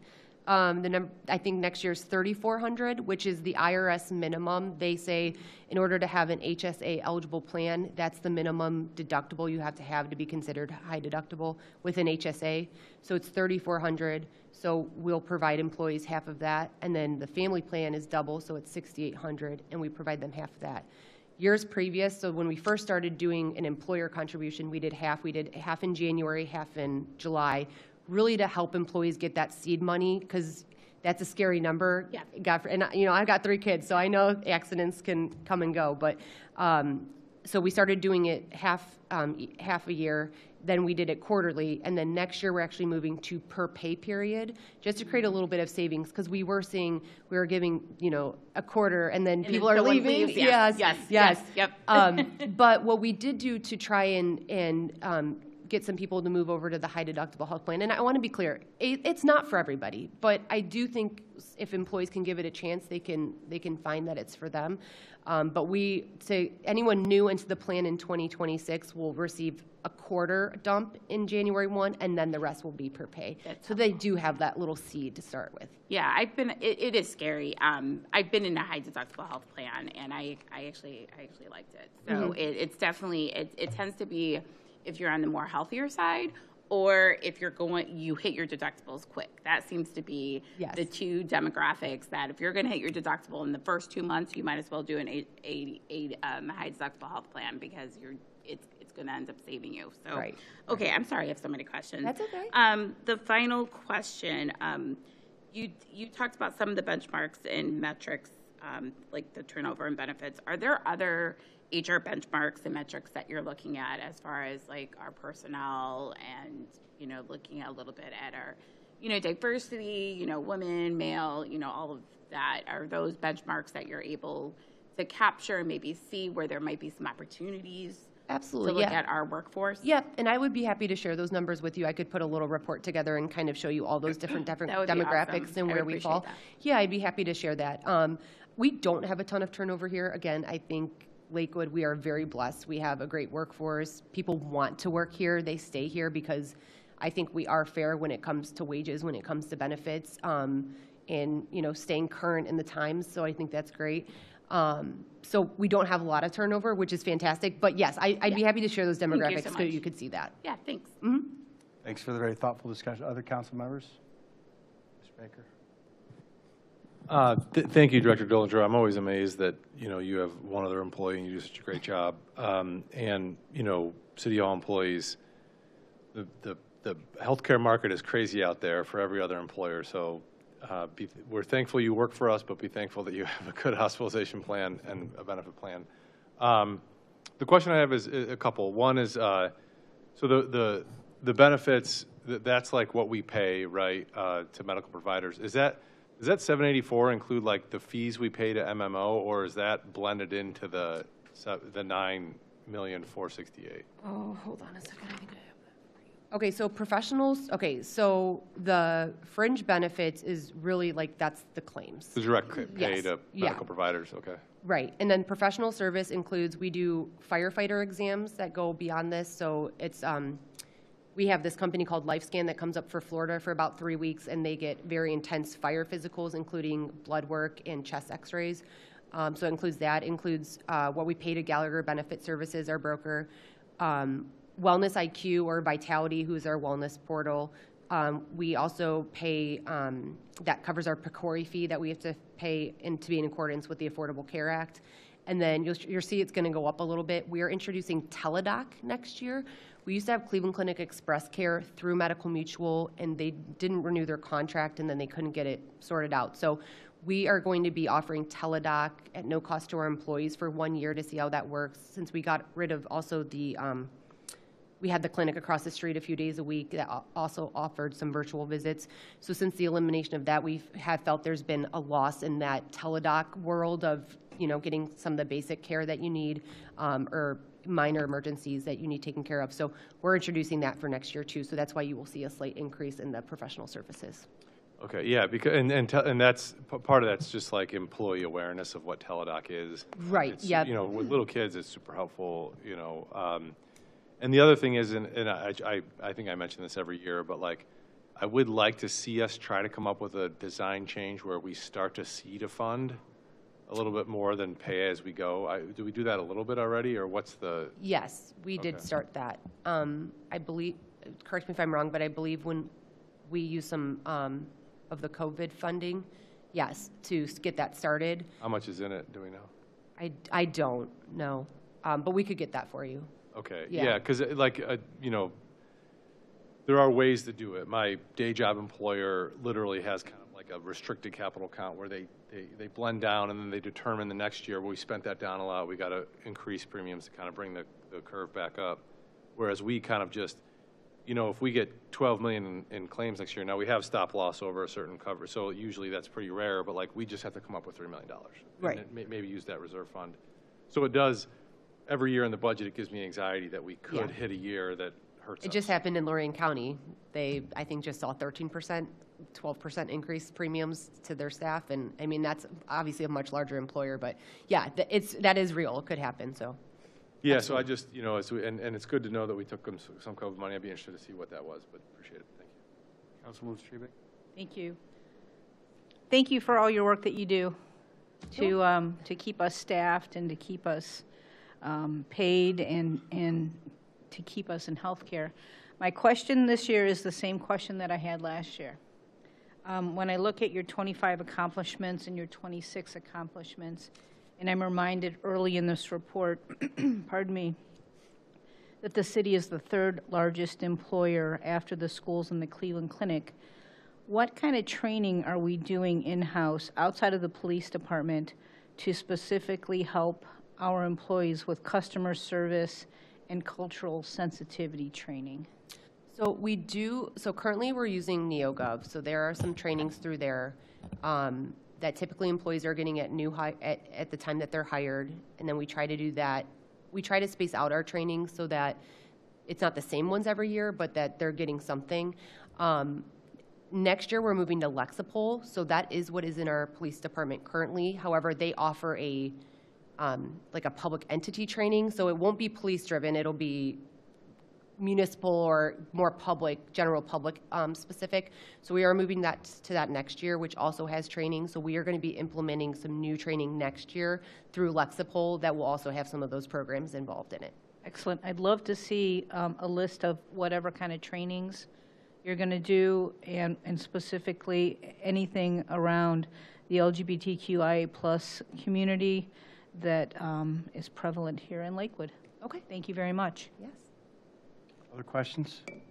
Just time check here. So we've got one or two more slides from this director and then some ordinances I'd like to dispose of, and then a brief update from Councilman Evans. So hopefully we can press on. Director, the two questions that I had to clarify, the point you made about Northeast Ohio having free health systems, is that competition for services helps lower costs, or what was the point you're driving at there? I'm saying it's nice that we have employees that can go anywhere for care, really, so yes, they have access to good options. Access to good care, Okay. yeah, is definitely beneficial. And then the $3 million claims that are, I know one time, and I appreciate what we're accomplishing there. Are some of those costs subject to the stop loss? Oh, both are, yes. Okay. So we'll only pay $125 and they will pick up. Why that impacts us is when we go back to stop loss and go to underwriting, they're going to say, oh, well, you had these two claims. So we'll pay more for the stop loss. The premium will go up slightly. But we're structuring, the point is we're structuring our costs appropriately by having the primary hospitalization and then also stop loss. Correct. And those high claims are high for this year, but not always present. So right. We're within presumably a bell curve of kind of Exactly. reasonable curve. Okay. And how many total, ballpark, what's the total number of insured people that we're covering? Yep, we have 415 employees covered, which is about 1,050 total with dependents. Lives or yeah, whatever lives. it's called. Belly buttons, sometimes we So call is that, is that a big, medium, or small pool? Probably medium compared to like a Progressive or something, right? I would say medium. Unfortunately, they don't really look. It's either you're small or large. Okay. So actually, we're probably on the larger side, but we're really not. because they really only look at it in two forms. I wish there was a medium, because that would be the bucket we'd be in. A small would be under 100 or something? Yes, absolutely. Okay. Under 250 probably. Okay, Yeah. thank you. All right, please keep rolling, and we'll keep moving. Okay. Yep, I just have one more after this. Next slide. This is just about the salary ordinance. So the salary ordinance going up 3%, so all those ranges you see will be adjusted 3% for the cost of living adjustment. There were 4 obsolete job titles. We just don't use them anymore, and they're duplicates in some form. Like there was a 1 and a 2. We've kind of just simplified everything. So those have been eliminated, and then we added some licenses, the laboratory tech license 1 through 3. So this is in our public works contract along with the backflow. The local public agency, so what this does is it allows a local government entity to be certified with ODOT so that we can manage projects using federal aid funds such as transportation projects. So this is really beneficial for us to be able to keep projects moving, have someone right here on site that can manage it. And then the MACP, LACP, PACP are the manhole assessment certification, lateral assessment certification, and pipeline assessment certification. So these would be beneficial to our water sewer department. So it's in our public works contract.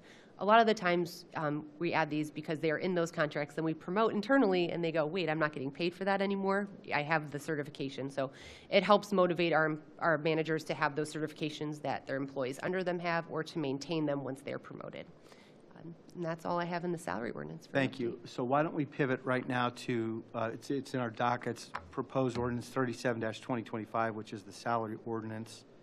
What I'd like to suggest is that the committee consider recommending favorably this and the holiday schedule, or the vacation day proposed ordinance. Now those, I believe, accompany the proposed bargaining unit contracts, which Council President Keppel has in committee of the whole. I know you're working on scheduling that hearing.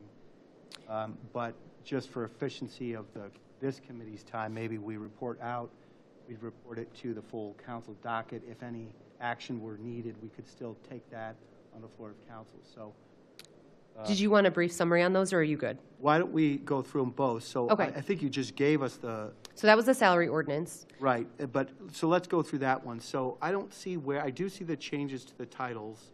Those are stricken, thank you, helpfully in, what's it called? It's red line changes. We could see that in the docket. Where's the update to the cost range? I'm not sure I see where that is, where you said. So we don't X them out. So we've just not done that in the past. So like if you look at the minimum and the maximum, and you just compared this to the last year's salary, they're just up 3%. Okay, so the red lines, there are not red lines for the minimum and max. So presumably, Director, you're saying the maximum rate for each of the bands has gone up 3%. The min and the max have both gone up 3%. Okay. Yep. Okay, that makes sense. So council members, do you see that on your docket? Any questions there? Essentially what this would do is equip the administration to implement the proposed collective bargaining agreements. We're going to get a briefing about that, but at least this would potentially report out this component of that set of ordinances, or that set of legislation. I personally don't have any questions beyond what the director was on. So, committee members, any thoughts? Or other council members? Okay, so why don't I make a motion that we report out favorably proposed ordinance 37-2025. Second. Motion been made and second. Any discussion? Okay, hearing none, all in favor say aye. Aye. Opposed? The ayes have it. So now let's go to the second piece of legislation, which is proposed ordinance 38-2025, which is to allow the accrual of vacation for employees at a faster rate, increase the maximum vacation that can be earned, add Veterans Day to the list of paid city holidays, and to increase the conversion of sick time on separation of the employment with the city. So presumably, Director, these would enable or enact the negotiated Correct. changes. So the negotiated and agreed on contract changes for public works and admin, which tend to mirror non-union, added Veterans Day as a holiday.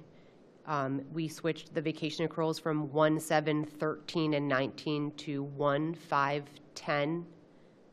I'm sorry, 1/5/10/15, and then added an extra 20 hours at 20 years and another extra 20 hours at 25 years. And then for the sick conversion, when someone left employment, regardless of how long they worked for us, they received 25% of their sick time accrual.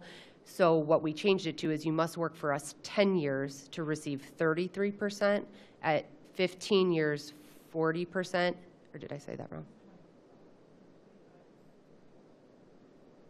No, it's at 10 years, you get 33%. And then At 15, you get 40, and at 20 years, but that's with the city of Lakewood. So like prior public service doesn't count for that. So that has to be time with the city of Lakewood. And yeah, so that was that.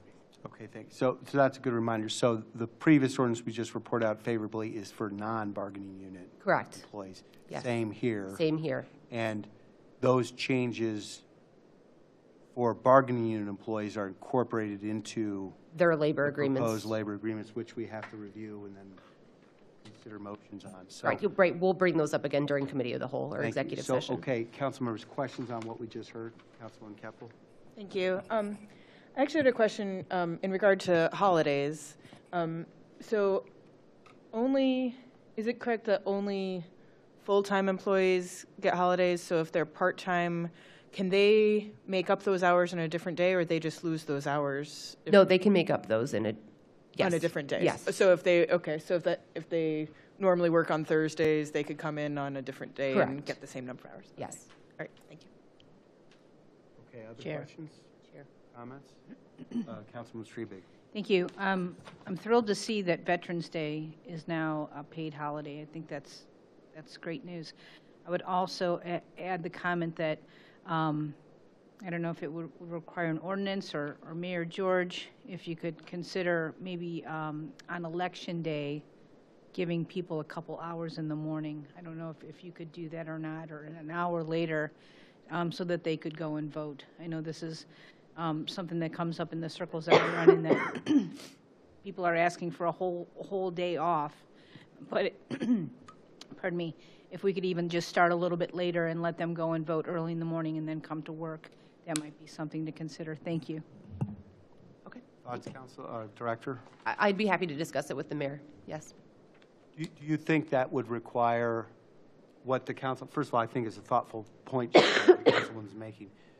Would that require a change in our agreements, or could the administration? Yes, it would have to be negotiated in the collective bargaining. It's easier to do for non-bargaining staff, but you also want to treat everybody fairly. So we discussed it in the past. I don't think it came up during negotiations this year. We do provide flexibility as much as we can, but it's something we could put on the table at the next collective bargaining for sure. Thank you. I just think that, being the leaders that we are, once we start it, everybody else catches on, right? So people that are in restaurants, they start saying, hey, we're not going to open for that first hour because we're going to give all of our employees the chance to go and vote before they come to work. Thank you. I appreciate your consideration. And Mayor, I guess my question was not necessarily changing the agreements, but does the administration have the flexibility without a change to say the first hour could be flex time or something? We have to stick by the collective bargaining agreement, so that would have to be negotiated, yeah. All But right. obviously something I'm in favor of discussing. I had an employer years ago that did that, just provided some flexibility either before or the end of the day. And again, we work with our managers and try to provide as much flexibility as possible. Okay, all right, thank you. Okay, other questions? So I've lost track of where we are. I think we've just been reviewing the proposed ordinance. So if there's no other discussion points, Finance Committee, would you consider a motion to recommend favorably the proposed ordinance?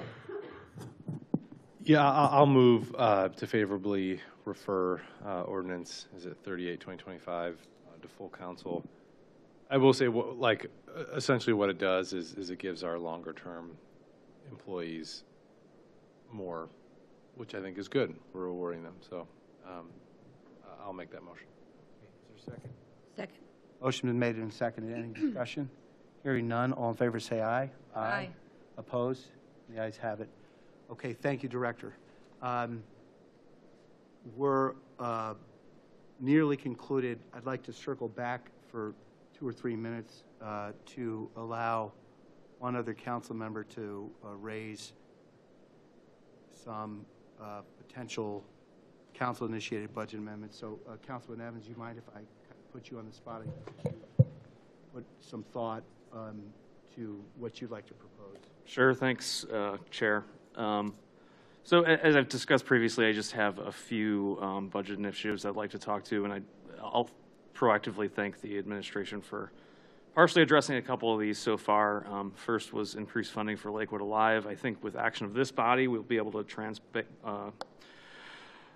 transfer some ARPA encumbered funding to general operating funds. They simply can't spend the way the money the way that council said they needed to. So Chief of Staff Story is working with some folks in Columbus to make sure we can do that, and I think that'll cover that additional increase to their funding for this year, but hope we can talk earlier next year about bumping that funding. Second, public art, also thank you for having CDBG funds being applied for public art this year, but also want to continue to find ways to make have a more permanent capital budget increase in the capital budget for public art moving forward. And finally, for safety, I understand we're spending, a great deal of money on complete streets this year, mostly wrapped up in the Bunce Road plan. But I think we need to find through our capital budget ways to invest in some pretty simple and cost-effective traffic calming measures citywide proactively without asking our residents to do it. Specifically, speed tables and bumps on streets near schools. Bump outs on curbs, bike lane markings, all those other things. So I'd like to make sure that we are keeping an eye on the ball. That we're doing big projects, that's great, but I think we also need to look citywide when we're looking at safety concerns each year in the budget process. Thanks. Thank you, Councilman. Okay, and we'll continue working to develop and detail all of those, and we're going to chip away at it throughout. I think this has been a very successful discussion. It's been long, but also we've covered a lot of ground. Any final comments from council members?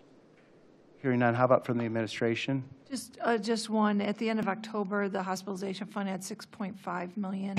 We've generally ended the year, the last few years, a little over $5 million. So we have a nice. Okay, that's our reserve, or can you explain that? Yes. Yeah, so the carryover will be $5 million, and we'll seed it with another $9 million next year. So we'll have 14. Right. We charge back the department, so that's where that cash comes from. Yeah. Okay, so it's 5 plus 9, not 5 plus 4 equals 9? No, we charge back 9, and we just keep about $5 million carryover. Okay, so the carryover is kind of a minimum reserve that we keep for financial strength, not to be spent, essentially. That's correct. Makes me feel Okay, all right, thank you. All right, without objection, the Finance Committee is adjourned. Thank you once again, everybody.